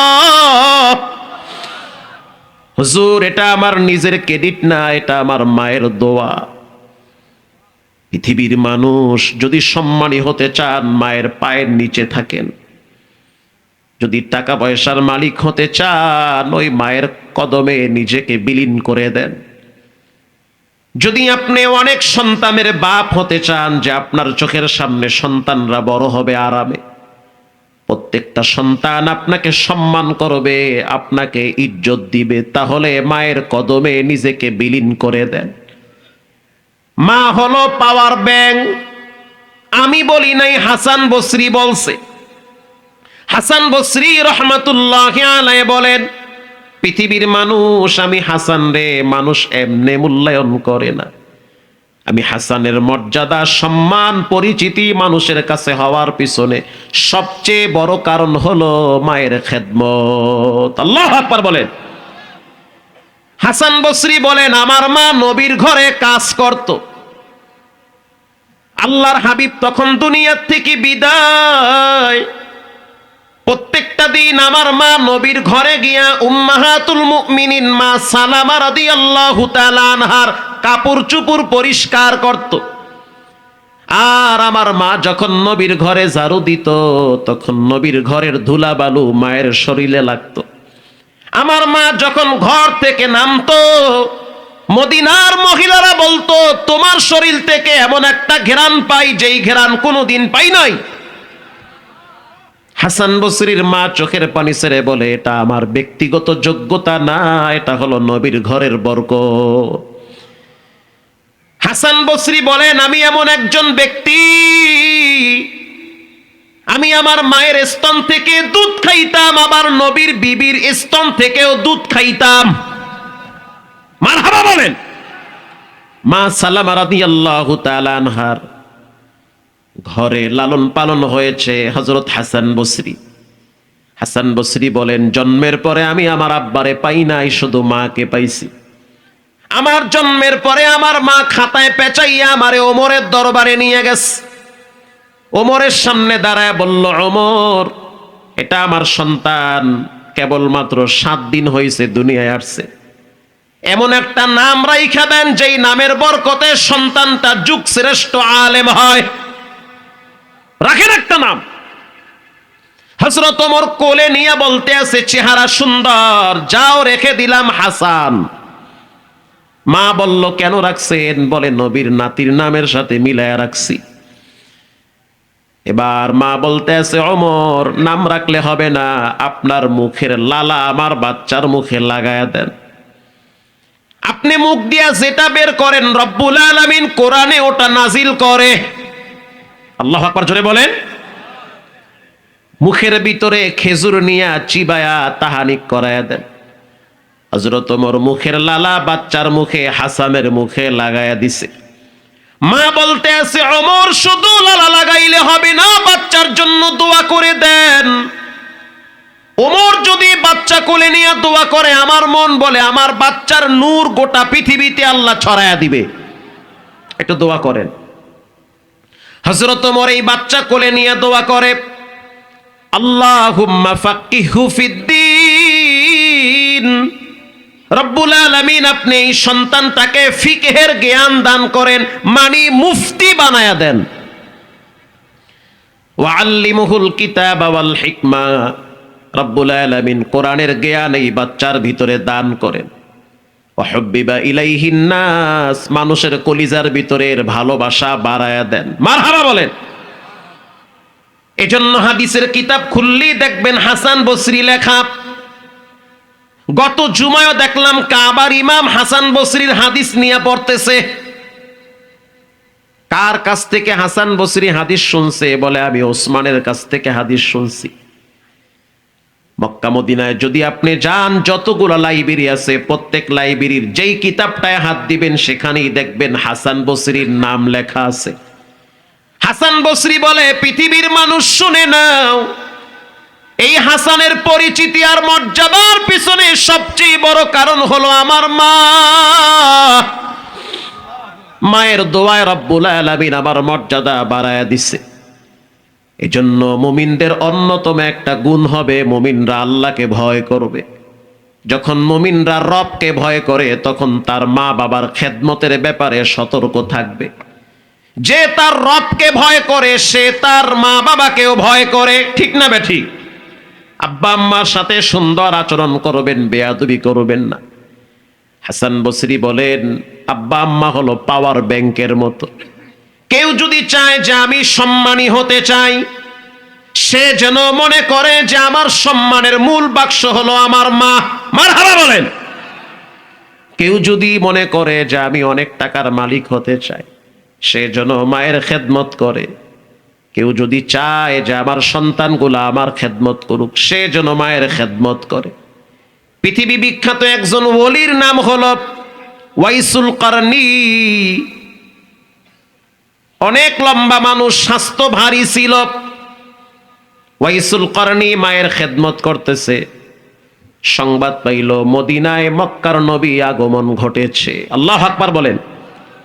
ওয়াইসুল কারনির কলিজাটা মদিনায় লেগে আছে। স্বপ্নে রহমাতুল লিল আলামিনের সাথে দেখা হয়েছে। আহারে, রসুলকে বলল, গো আল্লাহর হাবিব, আমার মনটা চায় আপনাকে সশরীরে দেখে জাহান্নামের আগুন মাফ করাইতে। আমার মনটা চায় আমি আপনার কাছে থাইকা আপনার সোহবত অর্জন করব। কিন্তু আমি কেমনে আসি? আমার ঘরে তো আমার বৃদ্ধা মা বিছানা বন্দী হয়ে গেছে। আমি একদিনের জন্য কোথাও বেড়াইতে যাইতে পারি না। প্রত্যেক দিন আমি আমার মাকে নিজের হাতে গোসল করাই। প্রত্যেকটা দিন আমি আমার মায়ের প্রস্রাব পায়খানা সাফ করি। তানবীহুল গাফিলিনে আসছে, প্রত্যেকটা দিন আমি আমার মাকে নিজের হাতে খাবার খাওয়ায় দিই। আমি কি মদিনায় আসবো না মায়ের কাছে থাকবো? আমার দিল তো মদিনায় পড়ে আছে। মনটা চায় আমি ওমরকে দেখবো, আবু বক্করকে দেখবো। আল্লাহ রসুল বলল, ওয়াইসুল কারনি, মদিনায় আসতে হবে না, মায়ের কাছে থাকো, মায়ের খেদমত করো, আরশের মালিক তোমার মর্যাদা বাড়ায়া দিবে। আইসো না, মায়ের কাছে থাকো, ওখানে থাকো, ওখানেই মায়ের কাছে থাকো। সব একদিকে চলে যাক, তুমি তোমার মাকে ছাড়বা না। রসুল বলেন, ওয়া ইন আমারাকা আন তাখরুজা মিন আহলিকা ওয়া মালিক, যদি তোমার বিবিও চলে যায়, যাক, মাকে ছাড়া যাবে না। যদি তোমার সন্তানরাও তোমাকে ছেড়ে চলে যায়, তারপরেও তুমি বলবা আমি আমার মাকে জীবন দিয়ে হলেও ছাড়তে চাই না। ঠিক না ব্যাঠি? সব চলে যাবে, যাক, আমি আমার মাকে ছাড়বো না। একটু ধৈর্য ধরো, দেখো রব তোমারে কেমনে খোলে, তোমার ইজ্জত মর্যাদা আর সম্পদ কেমনে যে বাড়াইবে, তুমি চোখ দিয়া দেখবা। একটা আমলের ফলাফল আল্লাহ দুনিয়াতে দেয়, একটা পাপের শাস্তি আল্লাহ দুনিয়াতে না দিয়া মরণ দেয় না। এক, যে ব্যক্তি আব্বা আম্মার খেদমত করে তার ফলাফল আল্লাহ দুনিয়াতে না দিয়া কবরে নেয় না। দুই নম্বরে, যে মা বাবার সাথে বেয়াদবি করে তার শাস্তি, অধপতন, তার বেইজ্জতি দুনিয়ায় না করাইয়া কবরে নেয় না। নবীজি বলল, ওয়াইসুল করনি, ইয়ামেনে তুমি থাকো, মায়ের খেদমত করো, মায়ের মাথায় তেল লাগায় দাও, চিরুনি দিয়া মায়ের চুল আশ্রায় দাও, সকালবেলা সূর্যের আলোতে তোমার মাকে বসায় রাখো, তোমার মায়ের জন্য তোমার মর্যাদা বাড়বে। কালাহুমা জান্নাতুকা ওয়া নারুকা, মা বাবাই জান্নাত, মা বাবাই জাহান্নাম। আল্লাহর হাবিব ইন্তেকালের আগে আগে হযরত ওমরকে একদিন কাছে ডাকলো, ওমর একটু কাছে আসো। আসছে। হযরত আলীকে বলল, তুমিও আমার কাছে আসো। দুইজনের কাছে রাসূলুল্লাহ বলল, শোনো, আমার ইন্তেকালের পরে, আমার ওয়াফাতের পর একজন ব্যক্তি যিনি ইয়ামেন থেকে মক্কায় আসবে, মদিনায় আসবে, যদি তোমরা তাকে পাও তাহলে তোমাদের জন্য দোয়া চাবা। সুবহানাল্লাহ বলেন। তোমাদের দুইজনের জন্য দোয়া চাও। আইরি সুবহানাল্লাহ, দুইজন সাহাবীকে বলতে আছে ওই মা ভক্ত ছেলের কাছে দোয়া চাও। আল্লাহু আকবার বলেন। হযরত ওমরকে বলতে আছে ওই যে ইয়ামেনের এক পাগল আছে ওয়াইসুল করনি, তার কাছে দোয়া চাবা, তুমি দোয়া চাও, যাও। হযরত আলীকে বলতে আছে তুমি তার কাছে দোয়া চাবা। শুধু তোমরা দুইজন নিজেদের জন্য দোয়া চাবা না, আমার সব উম্মতের জন্য দোয়া চাবা। হযরত ওমর রাদিয়াল্লাহু তাআলা আনহু বলেন, প্রত্যেকটা দিন আমি মদিনার দিকে তাকাইতাম, যখনই বাহির থেকে কোনো কাফেলা মদিনায় আসতো আমি জিজ্ঞেস করতাম ইয়ামেন থেকে কোনো কাফেলা আসছে কিনা। হযরত ওমর পাগলের মতো হয়ে গেছে যে ইয়ামেন থেকে কবে কাফেলা আসবে। যখনই কোনো কাফেলা আসতো মাঝে মাঝে হযরত ওমর নফল নামাজ বাদ দিয়া ইয়ামেনের কাফেলার জন্য মদিনার গেটে দাঁড়ায় থাকতো। আল্লাহু আকবার বলেন। একজন সাহাবী বলল, ওমর আপনি কেন পাগলের মতো হয়ে গেলেন? বলে, আমি মা ভক্ত সন্তানকে দেখতে চাই, রাসূল আমাকে বলছে দোয়া নেওয়ার জন্য। যখন তিনি মদিনায় ওয়াইসুল করনিকে পায় নাই, হযরত আলী রাদিয়াল্লাহু তাআলা আনহুকে সাথে নিয়ে চলে গেল মক্কায়। কোথায় গেছে? মক্কায় গেছে হজ করার জন্য। যেই বছর হযরত ওমর ইন্তেকাল করবে ওই বছর হযরত ওমর রাদিয়াল্লাহু তাআলা আনহু হজের সফরে গিয়া পাগলের মতো হয়ে গেছে। একবার সাফায় দৌড় মারে, আরেকবার হেরা পর্বতে দৌড় মারে, আরেকবার তায়েফে দৌড় মারে, আরেকবার তিনি মুজদালিফায় দৌড় মারে। যেখানে যায় তার একটা আওয়াজ, কোথায় সেই ইয়ামেনের ওয়াইসুল করনি। কেউ বলতে পারে না যে ওয়াইসুল করনিকে। খুঁজতে খুঁজতে খবর নিতে নিতে জানতে পারলো একটা তাঁবুর ভিতরে ইয়ামেন থেকে কিছু হাজিরা আসছে। মারহাবা বলেন। হযরত ওমর রাদিয়াল্লাহু তাআলা আনহু রাত্রিবেলা হযরত আলীর সাথে নিয়ে সেই তাঁবুতে গেছে। তাঁবুতে যাওয়ার পর অনুমতি চাইলো যে ভিতরে আসতে পারি। ভিতর থেকে একজন যুবক বলতে আছে, কেন আসবেন, কে আপনারা, কি পরিচয়? হযরত ওমর বলতে আছে, আমি একজন আল্লাহর বান্দা মুসাফির, আমি একজন ব্যক্তির সন্ধানে তোমাদের এখানে আসছি। ওই ব্যক্তির নাম হলো ওয়াইস, আর এক বর্ণনা আসছে ওয়াবায়েস, ওয়াইসুল করনি। তোমরা কি চিনো ওয়াইসুল করনিকে? একজন যুবক দাঁড়ায় বলতে আছে, আমি চিনি, ওয়াইসুল করনি হলো পাগল টাইপের মানুষ। হযরত ওমর বলল, সে দেখতে কেমন? বলে, উঁচা লম্বা মোটা তাজা। হযরত ওমর বলল, তার জামাটা কেমন? বলে, জামার আস্তিম গুলা ঝুলানো। নবীজি আগেই বর্ণনা দিছে। হযরত ওমর বলল, তার সিনার ভিতরে কোনো দাগ আছে নাকি? বলে, হ্যাঁ দাগ আছে। পাগল টাইপের মানুষ। হযরত ওমর বলতে আছে সে পাগল না, বরং তোমরা পাগল। আর সে যদি পাগল হয় তাহলে সে হলো মা ভক্ত অন্ধ পাগল। সুবহানাল্লাহ বলেন, সে মায়ের পাগল। যুবক বলল, আমিরুল মুমিনিন, আমি আপনাকে চিনতে পারছি, আপনি খলিফাতুল মুসলিমিন। আপনি যদি ওয়াইসুল করনির সাথে সাক্ষাৎ করতে চান তাহলে রাত্র 3টার সময় পাহাড়ে চলে যান, কারণ রাত্রিবেলা যখন সবাই ঘুমায় ওয়াইসুল করনি পাহাড়ে দাঁড়াইয়া নামাজে চোখের পানি ছেড়ে কোরআন তেলাওয়াত করে। নামাজ শেষ হওয়ার পর মায়ের জন্য কাঁদতে কাঁদতে জামা ভিজায়। যদি আপনি সাক্ষাৎ করতে চান তাহলে পাহাড়ের চূড়ায় চলে যান। হযরত আলী রাদিয়াল্লাহু তাআলা আনহু ওমরকে সাথে নিয়ে চলে গেল ওই পাহাড়ের চূড়ায়। গিয়া দেখলো নামাজ শেষ হওয়ার পর বসে বসে দোয়া করতেছে কাবার দিকে ফিরে। মারহাবা বলেন। হযরত ওমর বলতে আছে আমি দোয়ার ভিতরে শুনতেছি জিহ্বা নাড়ায় পড়তেছে রব্বির হামহুমা কামা রব্বায়ানি সগীরা। কি পরিমাণ মা ভক্ত সন্তান। সবাই যখন ঘুমায় গেছে সে পাহাড়ে যায়া কিবলার দিকে ফিরা মায়ের জন্য দোয়া করতেছে। হযরত ওমর পিছনে বসে বলল, দোয়া শেষ হওয়ার পর হযরত ওমর বলল, তোমার নাম কি? ওয়াইসুল করনি বলল, আমার নাম হলো আব্দুল্লাহ। হযরত ওমর বলল, তোমার মা তোমার নাম কি রাখছে বলো? ওয়াইসুল করনি বলতে আছে আমার মা আমার নাম রাখছে ওয়াইস। বাড়ি কোথায়? বলে আমার বাড়ি হলো ইয়ামেনের করায়ান নামক এলাকায়। হযরত ওমর বলতে আছে তাহলে একটু দাঁড়াও। আচ্ছা দাঁড়াইলাম, একটু হাঁটো। এবার যখন হাঁটা শুরু করলো হযরত ওমর আলীর দিকে তাকায় বলল, নবীর কথার সাথে তো মিলে গেছে গা। হযরত ওমর বলতে আছে তোমার পিছনের জামাটা একটু সরাও, দেখতে চাই তোমার পিঠের ভিতরে কোনো চিহ্ন আছে কিনা। যখন জামাটা সরাইলো তাকায় দেখলো কালো একটা চিহ্ন লেগে আছে। হযরত ওমর রাদিয়াল্লাহু তাআলা আনহু বুকের সাথে জড়ায়া চোখের পানি ছাইরা কপালে চুমা দিয়া বলে, ওয়াইসুল করনি,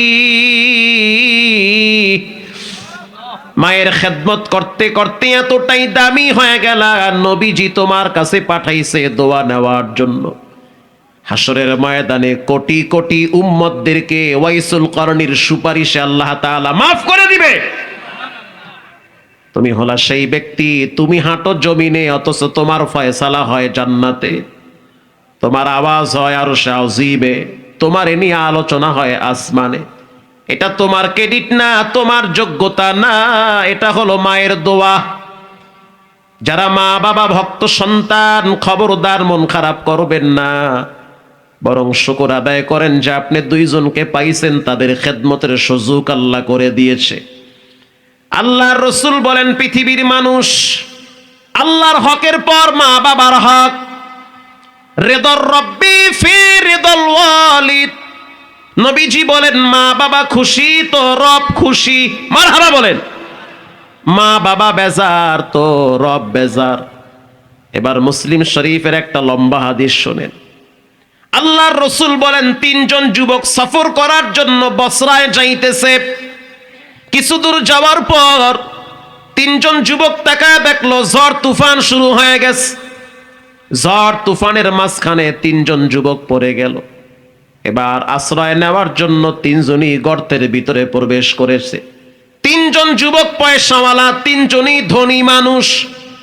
গর্তের ভিতরে যখন ঢুকছে তখন দেখলো যে একটা বড় পাথর আইসা গর্তের মুখ আটকায় ফেলাইছে।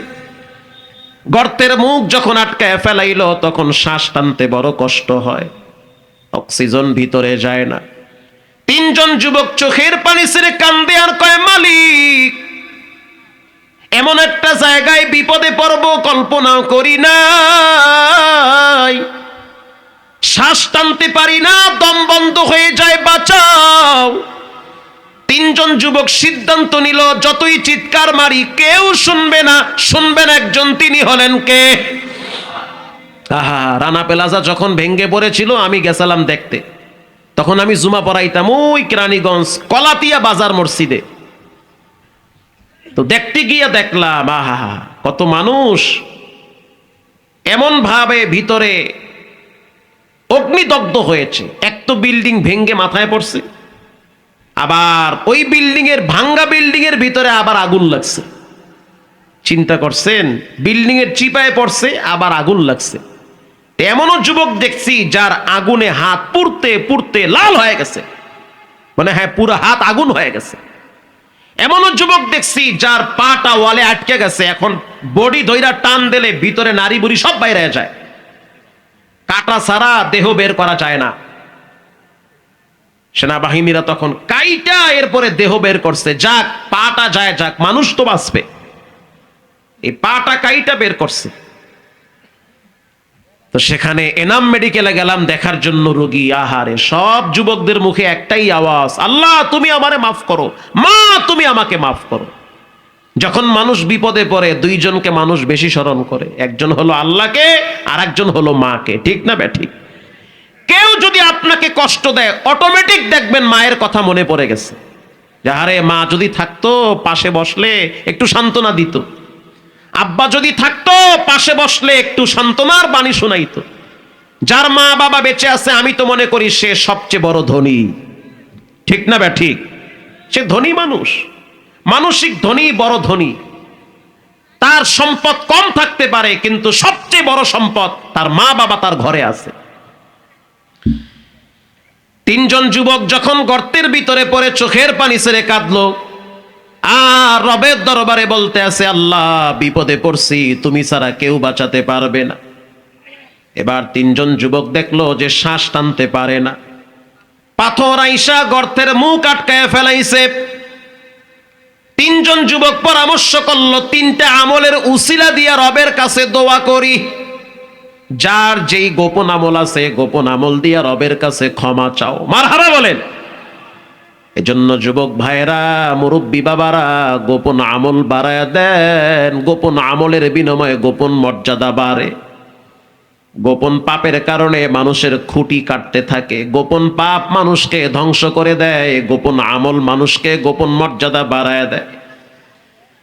তিনজন যুবক পরামর্শ করলো, প্রত্যেকেই রবের কাছে দোয়া করো একটা আমলের দোহাই দিয়া। প্রথম যুবক আল্লাহর দরবারে হাত তুলছে, আল্লাহ আপনি তো জানেন আমি একজন ব্যবসায়ী মানুষ, বিজনেসম্যান, অনেক টাকা আমার আছে, হাজার হাজার দুম্বা আছে, হাজার হাজার বকরি আমার আছে। রব্বুল আলামিন, আমার বাড়িতে একজন কর্মচারী প্রতিদিন কাজ করত, 25 দিন কামলা দেওয়ার পর বেতন না নিয়ে রাগ করে চলে গেছে। ভাই বলেন তো কতদিন? 25 দিন। 25 দিন কাজ করার পর বেতন না নিয়ে রাগ করে চলে গেল। সেই কর্মচারী প্রায় 1 যুগ পর আবার বাড়িতে আসছে। 1 যুগ কয় দিনে হয়? কতদিন? 12 বছর পর যদি আপনার বাড়িতে আয় আপনি তো চিনতেই পারবেন না। 12 বছর পর আইসা বলতে আছে, মালিক আপনার বাড়িতে আমি 25 দিন কামলা দিছি, 25 দিনের বেতনটা যদি দেন তাহলে আমি আমার মায়ের চিকিৎসা করতে পারি। রব্বুল আলামিন, আপনি তো দেখছেন আমি তারে কি দিছি।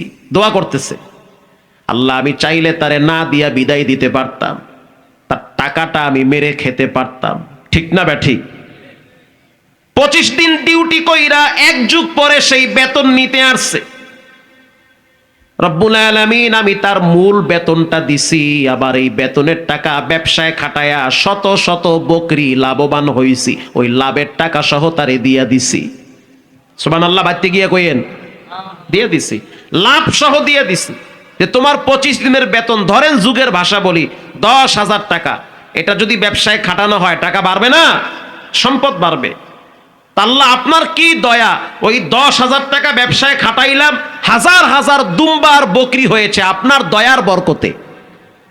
কিন্তু মজার বিষয় হলো তার টাকায় যেই পরিমাণ ব্যবসা হয়েছে, লাভ হয়েছে, পুরা সম্পদ আমি তারে দিয়ে দিছি।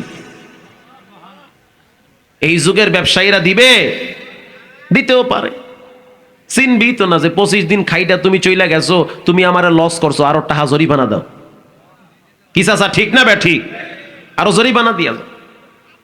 রব্বুল আলামিন আমি 25 দিনের বেতন এবং পুরা লভ্যাংশ তারে ফিরাইয়া দিছি। এরকম হাত তুইলা দোয়া করতেছে। হাদিস, রাসূল বলেছেন। আল্লাহর রাসূল বলেন, যখন দোয়া করলো, দোয়ার সাথে সাথে মাথার উপর থেকে পাথরটা একটু সরে গিয়েছে। আরো জোরে বলেন সুবহানাল্লাহ।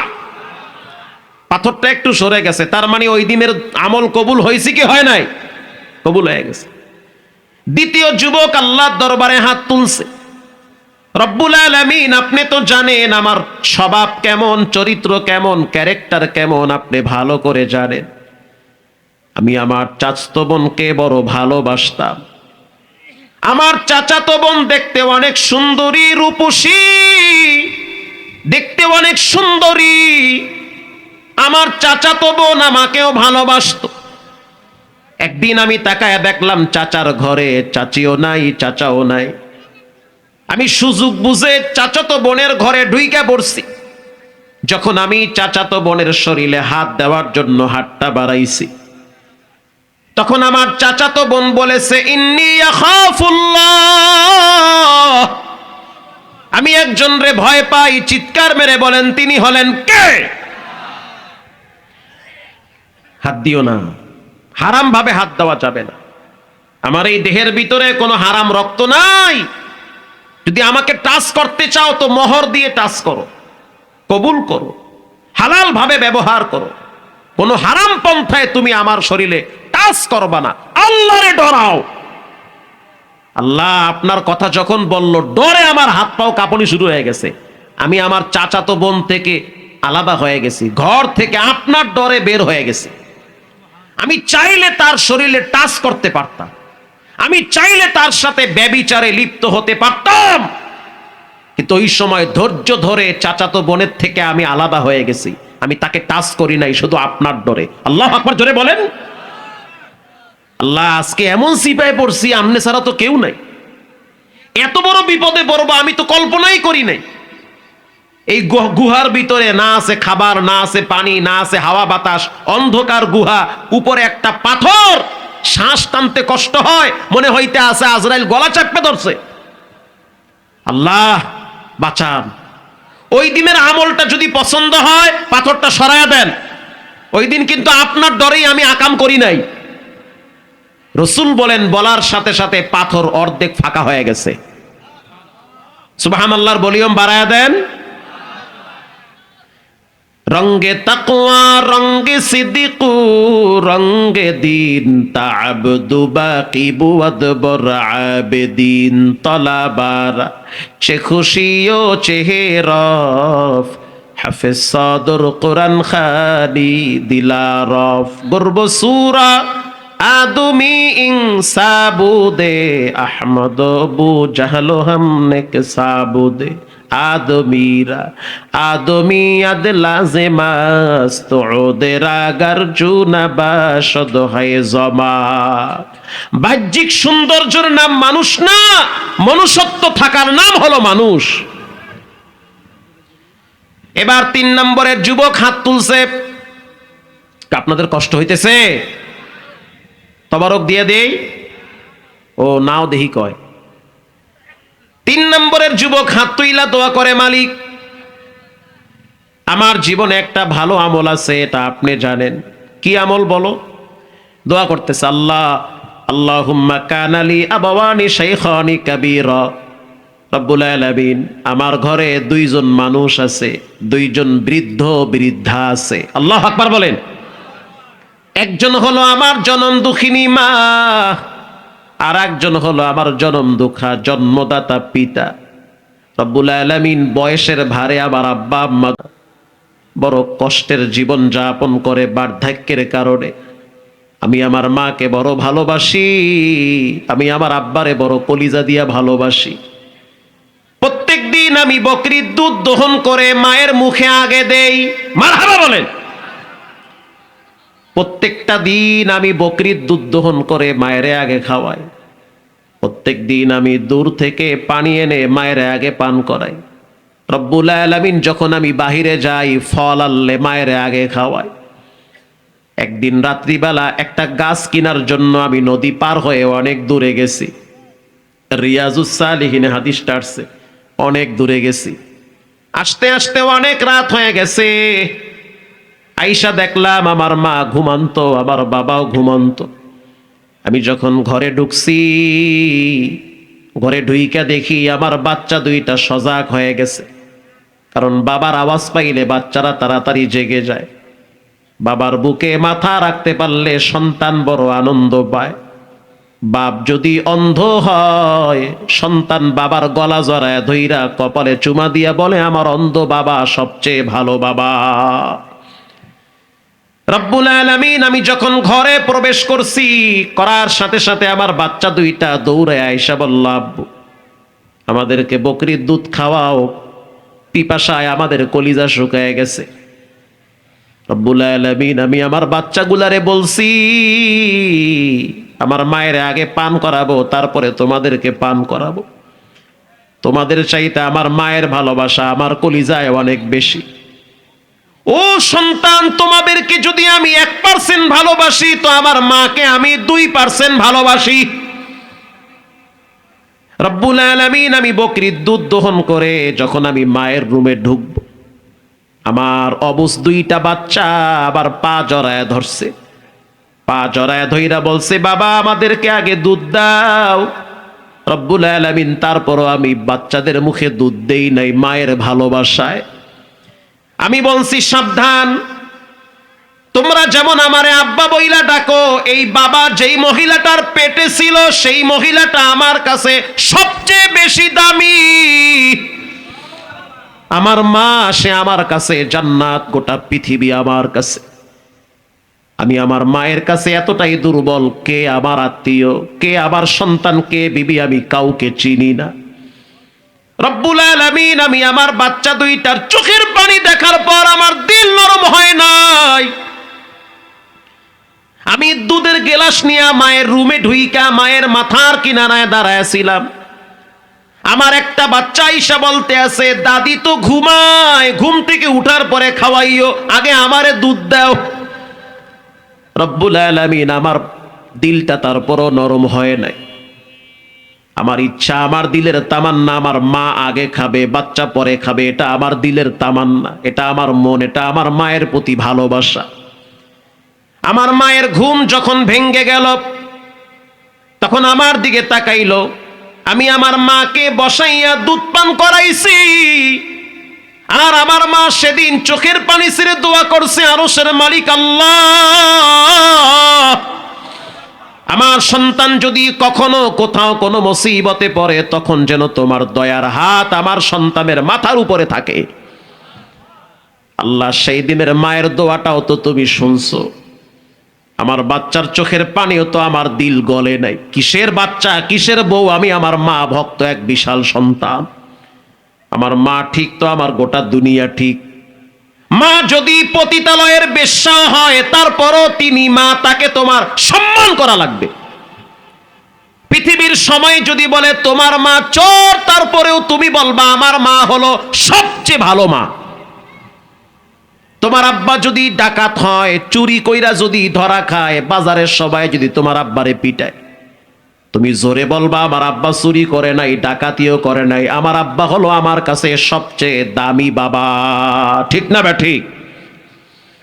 আল্লাহর রাসূল বলেন, যখন দোয়াটা করলো, করার সাথে সাথে পুরা পাথরটা বাতাসের ধাক্কায় অনেক দূরে চলে গেছে। এই দুইজনের দোয়ায় যেই পরিমাণ পাথর গেছে, একজনের মায়ের দোয়ার ঠেলায় পাথর এর চেয়ে 10 গুণ দূরে গেছে গা। এটা হলো মা, এটা কঠিন জায়গা। অসংখ্য যুবক মায়েরে কষ্ট দেয়। অসংখ্য যুবকের কারণে রাত্রিবেলা মা ঘুমাইতে পারে না। সন্তান বাহিরে থাকে, রাত জেগে জেগে রাত নষ্ট করে। রাত্রিবেলা সারা রাত মোবাইল টিপে ক্লাসে গেলে বসে বসে ঘুমায়। ঠিক না ঠিক? স্কুলের মাস্টার বলে, কেমন সন্তান, লেখাপড়া পারে না, বৈশা বৈশা ঘুমায়। তখন বাবায় এই যে কইছে, তুমি রেডি হও চান্দু, কয়দিন পর ভিক্ষা করে খাওয়া লাগবে। ভিক্ষাও জুটবে না। যারা মা বাবাকে কষ্ট দিয়া সারা রাত মোবাইল টিপে, এদের এক সময় ভিক্ষাও কপালে জুটবে না। আসতে বলবেন না, জোরে বলেন ঠিক না ব্যাঠিক। কত যুবক দেখছি শুইয়া পড়ছে, কিডনি শেষ, ক্যান্সারে আক্রান্ত, হুন্ডার তলে পা গেছে গা একটা, মানসিক যন্ত্রণায় ধুকে ধুকে মরে। এর পিছনে সবচেয়ে বড় কারণ হলো মা বাবাকে কষ্ট দেওয়া। আমার আব্বা হলো বড় শক্ত দিলের মানুষ। একদিন মাদ্রাসার থেকে না বইলা বাড়িতে আসছি। আব্বাই ওই যুগে, আজ থেকে প্রায় 25 বছর আগে, তখন আমার বয়স ছিল কত, সর্বোচ্চ আপনার এখন ধরেন চলে 37, 25 বছর আগের কথা। তো 25 বছর আগের কথা, বাবায় করছে কি 17 না 18 টাকা দিয়া ওই মহিপুর কুয়াকাটা, মহিপুর বাজার থেকে একটা শিকল কিনছে। শিকল কিনা এরপরে মাদ্রাসায় নিয়া এই বাম পাড়া লাগে বাইন্ধে দিচ্ছে। আমার আব্বা হইছে আর এক জগতের পাগল। মূলত সে আল্লাহর পাগল, রসুলের পাগল, দ্বীনের পাগল, ঠিক না বা ঠিক? লেখাপড়া বাদ দিয়ে বাড়ি আবার কুতকুত করবা আর ঘুরবা, ওই 9-6 চলবে না, হয় পর না হয় কাম করিয়া খা। শিকল যে লাগাইছে, লাগানের ঠেলায় ছাল উঠতে গেছে, তো ওস্তাদ শিকলটা খুলে ফেলাইছে। সেই চিহ্ন আমার বাম পায়ে এখনো লাগা আছে।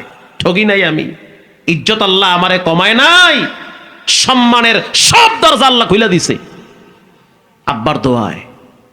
ওই দিন দেখছি বাবায় খুঁটির সাথে বৈশা কান্দে, আব্বা এক খুঁটির সাথে কপাল লাগায় কানতেছে। আমার ছেলেটা কি মানুষ হবে না? মাদ্রাসায় দিলাম, 7 দিন না হইতেই বাড়িতে চলে আসছে। ওই দিন শপথ করছি, আল্লাহ আব্বা যেন আর দ্বিতীয়বার না কান্দে। যেদিন হাফেজ হয়ে মাথায় পাগড়ি নিলাম, সেদিন দেখলাম বাবার চোখে আনন্দের কান্না। আব্বা আজকে কেন কাঁদেন? বলে আল বুকা ও মিনাল ফারাহ, আজকের কান্না হলো আনন্দের কান্না। 3টা ভাই, 3টাই হাফেজ, 3টাই আলেম, 3 বোন, 3টাই মৌলানার কাছে বিয়া দিছি, কেউ ঠকে নাই, সব ভালো জায়গায় আছে। আব্বা আম্মাকে যারা কষ্ট দেয় এরা কখনোই ভালো থাকতে পারে? ভালো থাকতে পারে না। প্রিয় ভাইয়েরা আমার, আজ থেকে ওয়াদা করে নেন, জীবনে মা বাবার সাথে বেয়াদবি করব না, নামাজ ছাড়বো না, হারাম খাবো না, জীবনে কখনোই আল্লাহর হুকুমের বেলায় অলসতামি করব না, রবের আওয়াজকে মূল্যায়ন করব। দিলটা যদি ভালো থাকে তওবার নিয়াইতে 2টা হাত আল্লাহকে দেখায় দাও। নারায়ে তাকবীর। আল্লাহ হাতগুলা কবুল করেন, জোরে বলেন আমিন। জীবনে একবার বাইতুল্লাহর কালো গিলাপের সাথে লাগায় দেন, আমিন। হাত নামা, আল্লাহ আপনাদেরকে কবুল করুক। জীবনে একবার মক্কা মদিনায় কমপক্ষে রমজান মাসে কবুল করুক। রমজান মাসে মক্কায় যাইয়েন।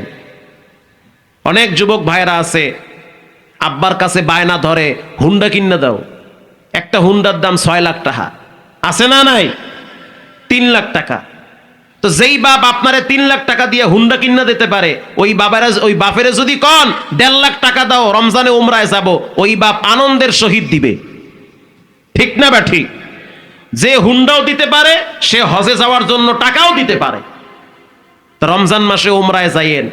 যখন জেদ্দা বিমানবন্দরে নামবেন, মদিনা বিমানবন্দরে নামবেন, তখন মনে হবে জান্নাতি পরিবেশে পা রাখছেন। যেদিকেই তাকাবেন সেদিকেই দেখবেন সব সাদা কাপড় পরা, সবার মুখে লাব্বাইকের আওয়াজ। যখন বাইতুল্লাহর সামনে দাঁড়াবেন তখন অঝোর ধারায় চোখ থেকে বাণী বের হবে। তখন মনে হবে পৃথিবীর সবচেয়ে বড় পাপী আমি, আরো আগেই তো মক্কায় আসা উচিত ছিল, ঠিক না ব্যাঠি? যখন আপনি রমজান মাসে বাইতুল্লাহর সামনে 30 লক্ষ 40 লক্ষ মুসল্লির সাথে নামাজে দাঁড়িয়ে যাবেন, তারাবির নামাজে, এক একটা আয়াত কানে লাগবে আর মনে হবে কেবলমাত্র আরশে আজিম থেকে কোরআন নাজিল হইতেছে। সুবহানাল্লাহ, জোরে বলেন। রমজান মাসে ইনশাল্লাহ আবার যাবো। এই রমজানে পাগল বানায় ফেলায় আমারে প্রতি রমজানে বাইতুল্লাহ যাওয়ার জন্য। কি যে এক কোরআন তেলাওয়াত, আইরে সুবহানাল্লাহ, মনে হইতে আছে কলিজা ছিঁড়ে বাইতুল্লাহ চলে যায়। এক একজন ইমামের তেলাওয়াত এক এক রকম, দিল জুড়ায় ফেলায়। আল্লাহ তাআলা আপনাদের সকলকে মা বাবার খেদমত করার তৌফিক দান করেন, সচ্চা ঈমানওয়ালা তৌফিক দান করেন, জোরে বলেন আমিন। এই মাহফিলটা হওয়াতে আপনারা খুশি না বেজার? খুশি, আলহামদুলিল্লাহ। থামেন, আর কইেন না। যাই হোক, যারা মাহফিলের বিরোধিতা করে আমরা তাদের জন্য দোয়া করি, আমরা তাদের জন্য বুককে বড় করে দেই, উদারতার হাত বাড়িয়ে দেই। যারা মাহফিলে আসার জন্য মানুষদেরকে বাধা দিয়েছে, আমরা তাদের জন্য দোয়া করি, আল্লাহ তাদেরকেও হেদায়েত দান করেন। একটা মুখও বন্ধ রাখবেন না, জোরে বলেন আমিন। যারা মাহফিলের সাথে দুশ্মনী করেছে, আমরা দোয়া করি আল্লাহ তাদেরকে জীবনে একবার মক্কায় যাওয়ার তৌফিক দান করেন। বলেন, বইলা দিয়েন তাদেরকে যে হুজুর দোয়া কইরা দিছে। যারা মাহফিলে আসার ক্ষেত্রে নিষেধ করছে একজন মানুষকে, তাদের জন্য দোয়া করি আল্লাহ তাদের মৃত্যুর সময় জবানে কালেমা নসিব করেন। এর চেয়ে ভালো দোয়া আর কি হতে পারে বলেন? যারা মাহফিলে আসার ক্ষেত্রে বাধা দিছে, দোয়া করি আল্লাহ তাদের ছেলে মেয়েদেরকেও হেদায়েত দান করে। এমন যেন না হয় যে শেষ বয়সে মাইয়া পোলার কোপ খাইয়া মরা লাগে। এটা আমিন কোন কাবা? সব জায়গায় আমিন কইেন না। আল্লাহ তাদেরকে হেদায়েত দান করেন, আল্লাহ এই যুব সমাজকে কবুল করেন। আমাকে দাওয়াত দিয়েছে প্রবাসী ভাই হোসাইন আনোয়ার সাহেব, আনোয়ার ভাই না, মাশাআল্লাহ, তিনি প্রবাসী সম্মানী মানুষ। দোয়া করি আল্লাহ তাআলা প্রবাসী ভাইকে কবুল করেন, দুনিয়া আখিরাতে কল্যাণের দরওয়াজা খুলে দেন। আরো জোরে বলেন আমিন। এই সমবায় সমিতি, বিশেষ করে ধরার শাপলা সমবায় সমিতিকে দেশ এবং মানবতার এবং দ্বীনের কল্যাণে কবুল করেন। গরিব দুঃখী অসহায় মানুষের পাশে দাঁড়াবার তৌফিক হুসানা ওয়া ইল্লাম তাগফির লানা ওয়া তারহামনা লানাকুনান্না মিনাল খাসিরিন। রব্বানা আতিনা ফিদ দুনিয়া হাসানাতাও ওয়া ফিল আখিরাতি হাসানা ওয়া কিনা আযাবান নার। রব্বিরহামহুমা কামা রব্বায়ানি সগীরা। আল্লাহুম্মা বারিক লানা ফি রজব ওয়া শাবান ওয়া বাল্লিগনা রমাদান। আল্লাহুম্মা বারিক লানা ফি রজব ওয়া শাবান ওয়া বাল্লিগনা রমাদান। রব্বুল আলামিন, জুমার দিন অতিবাহিত হয়ে গেল পবিত্র শাবান মাসে। দ্বিতীয় জুমায় আপনার দরবারে ভিক্ষুকের মতো দুটো হাত তুলে দিয়েছি। জিন্দিগি ভর গুনাহ করে করে গুনার সাগরে হাবুডুবু খাইতেছি। রাতেও গুনাহ করছি, দিনেও গুনাহ করছি রে আল্লাহ। গুনার গাট্টি মাথায় নিয়া ফকিরের মতো দুইটা হাত বাড়ায়া দিছি। জিন্দিগির সমস্ত গুনাহের জন্য আমরা লজ্জিত, অনুতপ্ত। আয় আল্লাহ, মেহেরবানি করে সমস্ত গুনাহ খাতা মাফ করে দেন। রব্বুল আলামিন, অনেক দাড়ি পাকা মুরব্বীরা বসা, অনেক তরুণ নওজোয়ান যুবক ভাইরা বসা, অনেক ছোট ছোট তলিবুল ইলম ছাত্র ভাইরাও বসা। আয় আল্লাহ, অনেক মাসুম বাচ্চারাও এখানে বসে হাত তুলেছে। যার দুখানা হাত পছন্দ হয় আল্লাহ তাকে কেন্দ্র করে আমাদের সকলের দোয়া কবুল করে নেন।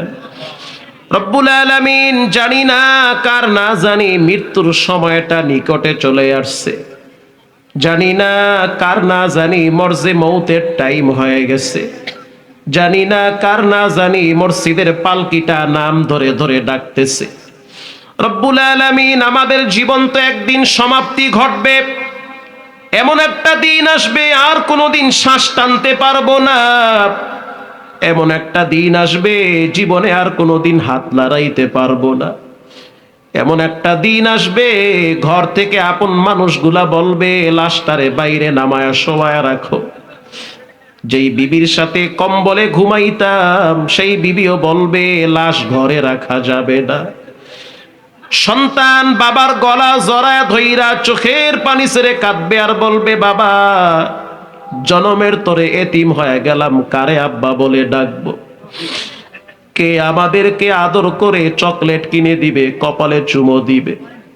আয় আল্লাহ, জানি না কে না জানি মজমার ভিতরে মা বাবা হারায়া এতিম হয়ে গেছে। যার মা নাই সে বুঝে মা না থাকার কি যে কষ্ট। যার আব্বা নাই সে বুঝে আব্বা যার না থাকা কি পরিমাণ ব্যথা। রব্বুল আলামিন, জানি না কার মা কবর থেকে দোয়ার আবদার জানাইতেছে। অন্ধকার কবর থেকে মা ডেকে বলে, সন্তান 5টা কাপড় পেঁচাইয়া কবরে ফালায়া রাখলি। অথচ তুমি যখন আমার পেটে ছিলে আমি মা তোমার জন্য কষ্ট করছি, তুমি পা দিয়া লাথি মারছো, আমি মা হজম করছি। দুনিয়াতে আসার পর কোন দরদি ছিল যে তোমার কান্নার আওয়াজ শুই না তোমার একটু আদর কইরা বুকে নিবে? কেউ নাই। তোমার ডানে বামে আমি মা ছিলাম, তোমার পায়খানা প্রস্রাবের খাতা মেথরনির মতো সাফ করছি। এত কষ্ট আমি মা করলাম, আজ তোমার ঘরে ফার্নিচারের অভাব নাই, তোমার ঘরে ফ্রিজ, তোমার ঘরে দামি দামি খাট, অথচ আমি মা কবরে অসহায়ের মতো পড়ে আছি। আজকের এই মাহফিল থেকে দিল দিয়া দোয়া করলাম, মালিক যাদের মা কবরে গেছে কবরটা জান্নাতের বাগান বানায়া দেন।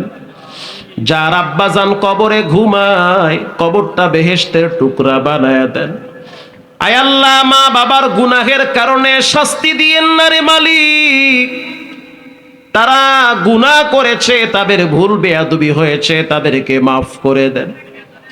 আমরা মা বাবাকে যেই পরিমাণ ভালোবাসি তার চেয়ে আপনি রব আপনার বান্দা বান্দিরে বেশি ভালোবাসেন। রব্বুল আলামিন অনেকের মেয়ে কবরে চলে গেছে, ছেলে কবরে চলে গেছে, অনেকের দাদা দাদি নানা নানি কবরের বাসিন্দা হয়ে গেছে, আর কোনোদিন দেখা হবে না। রব্বুল আলামিন কবরের মুসিবতগুলি দূর করে দেন আল্লাহ। মিজানের রাস্তা, পুলসিরাতের রাস্তা, হাসরের রাস্তা আপনি সহজ করে দেন আল্লাহ। রব্বুল আলামিন মেহেরবানি করে আমাদের সকলের মুরব্বীদেরকে মাফ করে দেন। মহিলা প্যান্ডেলে যত মা বোনেরা আসছে তাদেরকেও মাফ করে দেন আল্লাহ। আল্লাহ আমাদের সকলকে মা বাবার অনুগত সন্তান হিসেবে কবুল করেন। মাহফিলের জন্য যারা সহযোগিতা করলো, অর্থ দিয়ে, শ্রম দিয়ে, সময় দিয়ে, সবাইকে আপনি কবুল করে নেন। অনেক কষ্টের টাকা ব্যয় করলো মাহফিলের পিছনে, রব্বুল আলামিন তাদের হাড়িতে রুজিতে বরকত বাড়ায় দেন। যারা মাহফিলের বিরোধিতা করছে আল্লাহ তাদেরকে দ্বীনের সহি বুঝ দান করে। আল্লাহ তাদের দিলের ভিতরে ইসলামের নূরের বাতি জ্বালায় দেন আল্লাহ। আল্লাহ তাদের কলিজার ভিতরে অনুশোচনা অনুতপ্ত জাগ্রত করে দেন। রব্বুল আলামিন মাইক লাইট প্যান্ডেল দিয়ে যারা সহযোগিতা করলো সবাইকে আপনি কবুল করে নেন। রমজান মাসের ঘেরান শুরু হয়ে গেছে। আল্লাহ আপনার নবী দোয়া করছে রমজান পর্যন্ত হায়াত বাড়ায়া দেন। রব্বুল আলামিন আমরাও দোয়া করতেছি ওয়াবাল্লিগনা রমাদান। আল্লাহ রমজান পর্যন্ত আমাদের হায়াতে বরকত দান করেন। রব্বুল আলামিন এলাকার সমস্ত দ্বীনি মাদারেস গুলো কবুল করে নেন। রব্বুল আলামিন সমস্ত ইমাম, সমস্ত মুআল্লিম, সমস্ত মুহাদ্দিস, সমস্ত মাদ্রাসা, সমস্ত যুবকদেরকে আপনি দ্বীনের জন্য কবুল করে নেন। আল্লাহুম্মা হাসিবিনি হিসাবান ইয়াসীরা। রব্বুল আলামিন প্রবাসী যত ভাই মাহফিলের সহযোগিতা করেছে সবাইকে হায়াতে বরকত বাড়ায় দেন। যারা এলাকায় থেকে সহযোগিতা করেছে, সহমর্মিতার হাত বাড়িয়ে দিয়েছে, সবাইকে কবুল করে নেন। সুবহানা রাব্বিকা রাব্বিল ইজ্জাতি আম্মা ইয়াসিফুন ওয়া সালামুন আলাল মুরসালিন ওয়ালহামদুলিল্লাহি রাব্বিল আলামিন। ওয়াজআল আখিরি কালামিনা বিহাক্কি কালিমাতি তাইয়্যিবা লা ইয়াসিন জিলানী সাহেব, তার জন্য দোয়া চাওয়া হয়েছে। এস এম জিলানী, আল্লাহ তাকে নেক হায়াত দান করেন, সুস্থতার জিন্দেগি দান করেন। পদপ্রার্থী, আল্লাহ তাকে জনগণের খেদমত করার তৌফিক দান করেন। ওয়াসসালামুন আলাল মুরসালিন ওয়ালহামদুলিল্লাহি রাব্বিল আলামিন বিহাক্কি কালিমাতি তাইয়্যিবা লা ইলাহা ইল্লাল্লাহু মুহাম্মাদুর রাসূলুল্লাহ সাল্লাল্লাহু।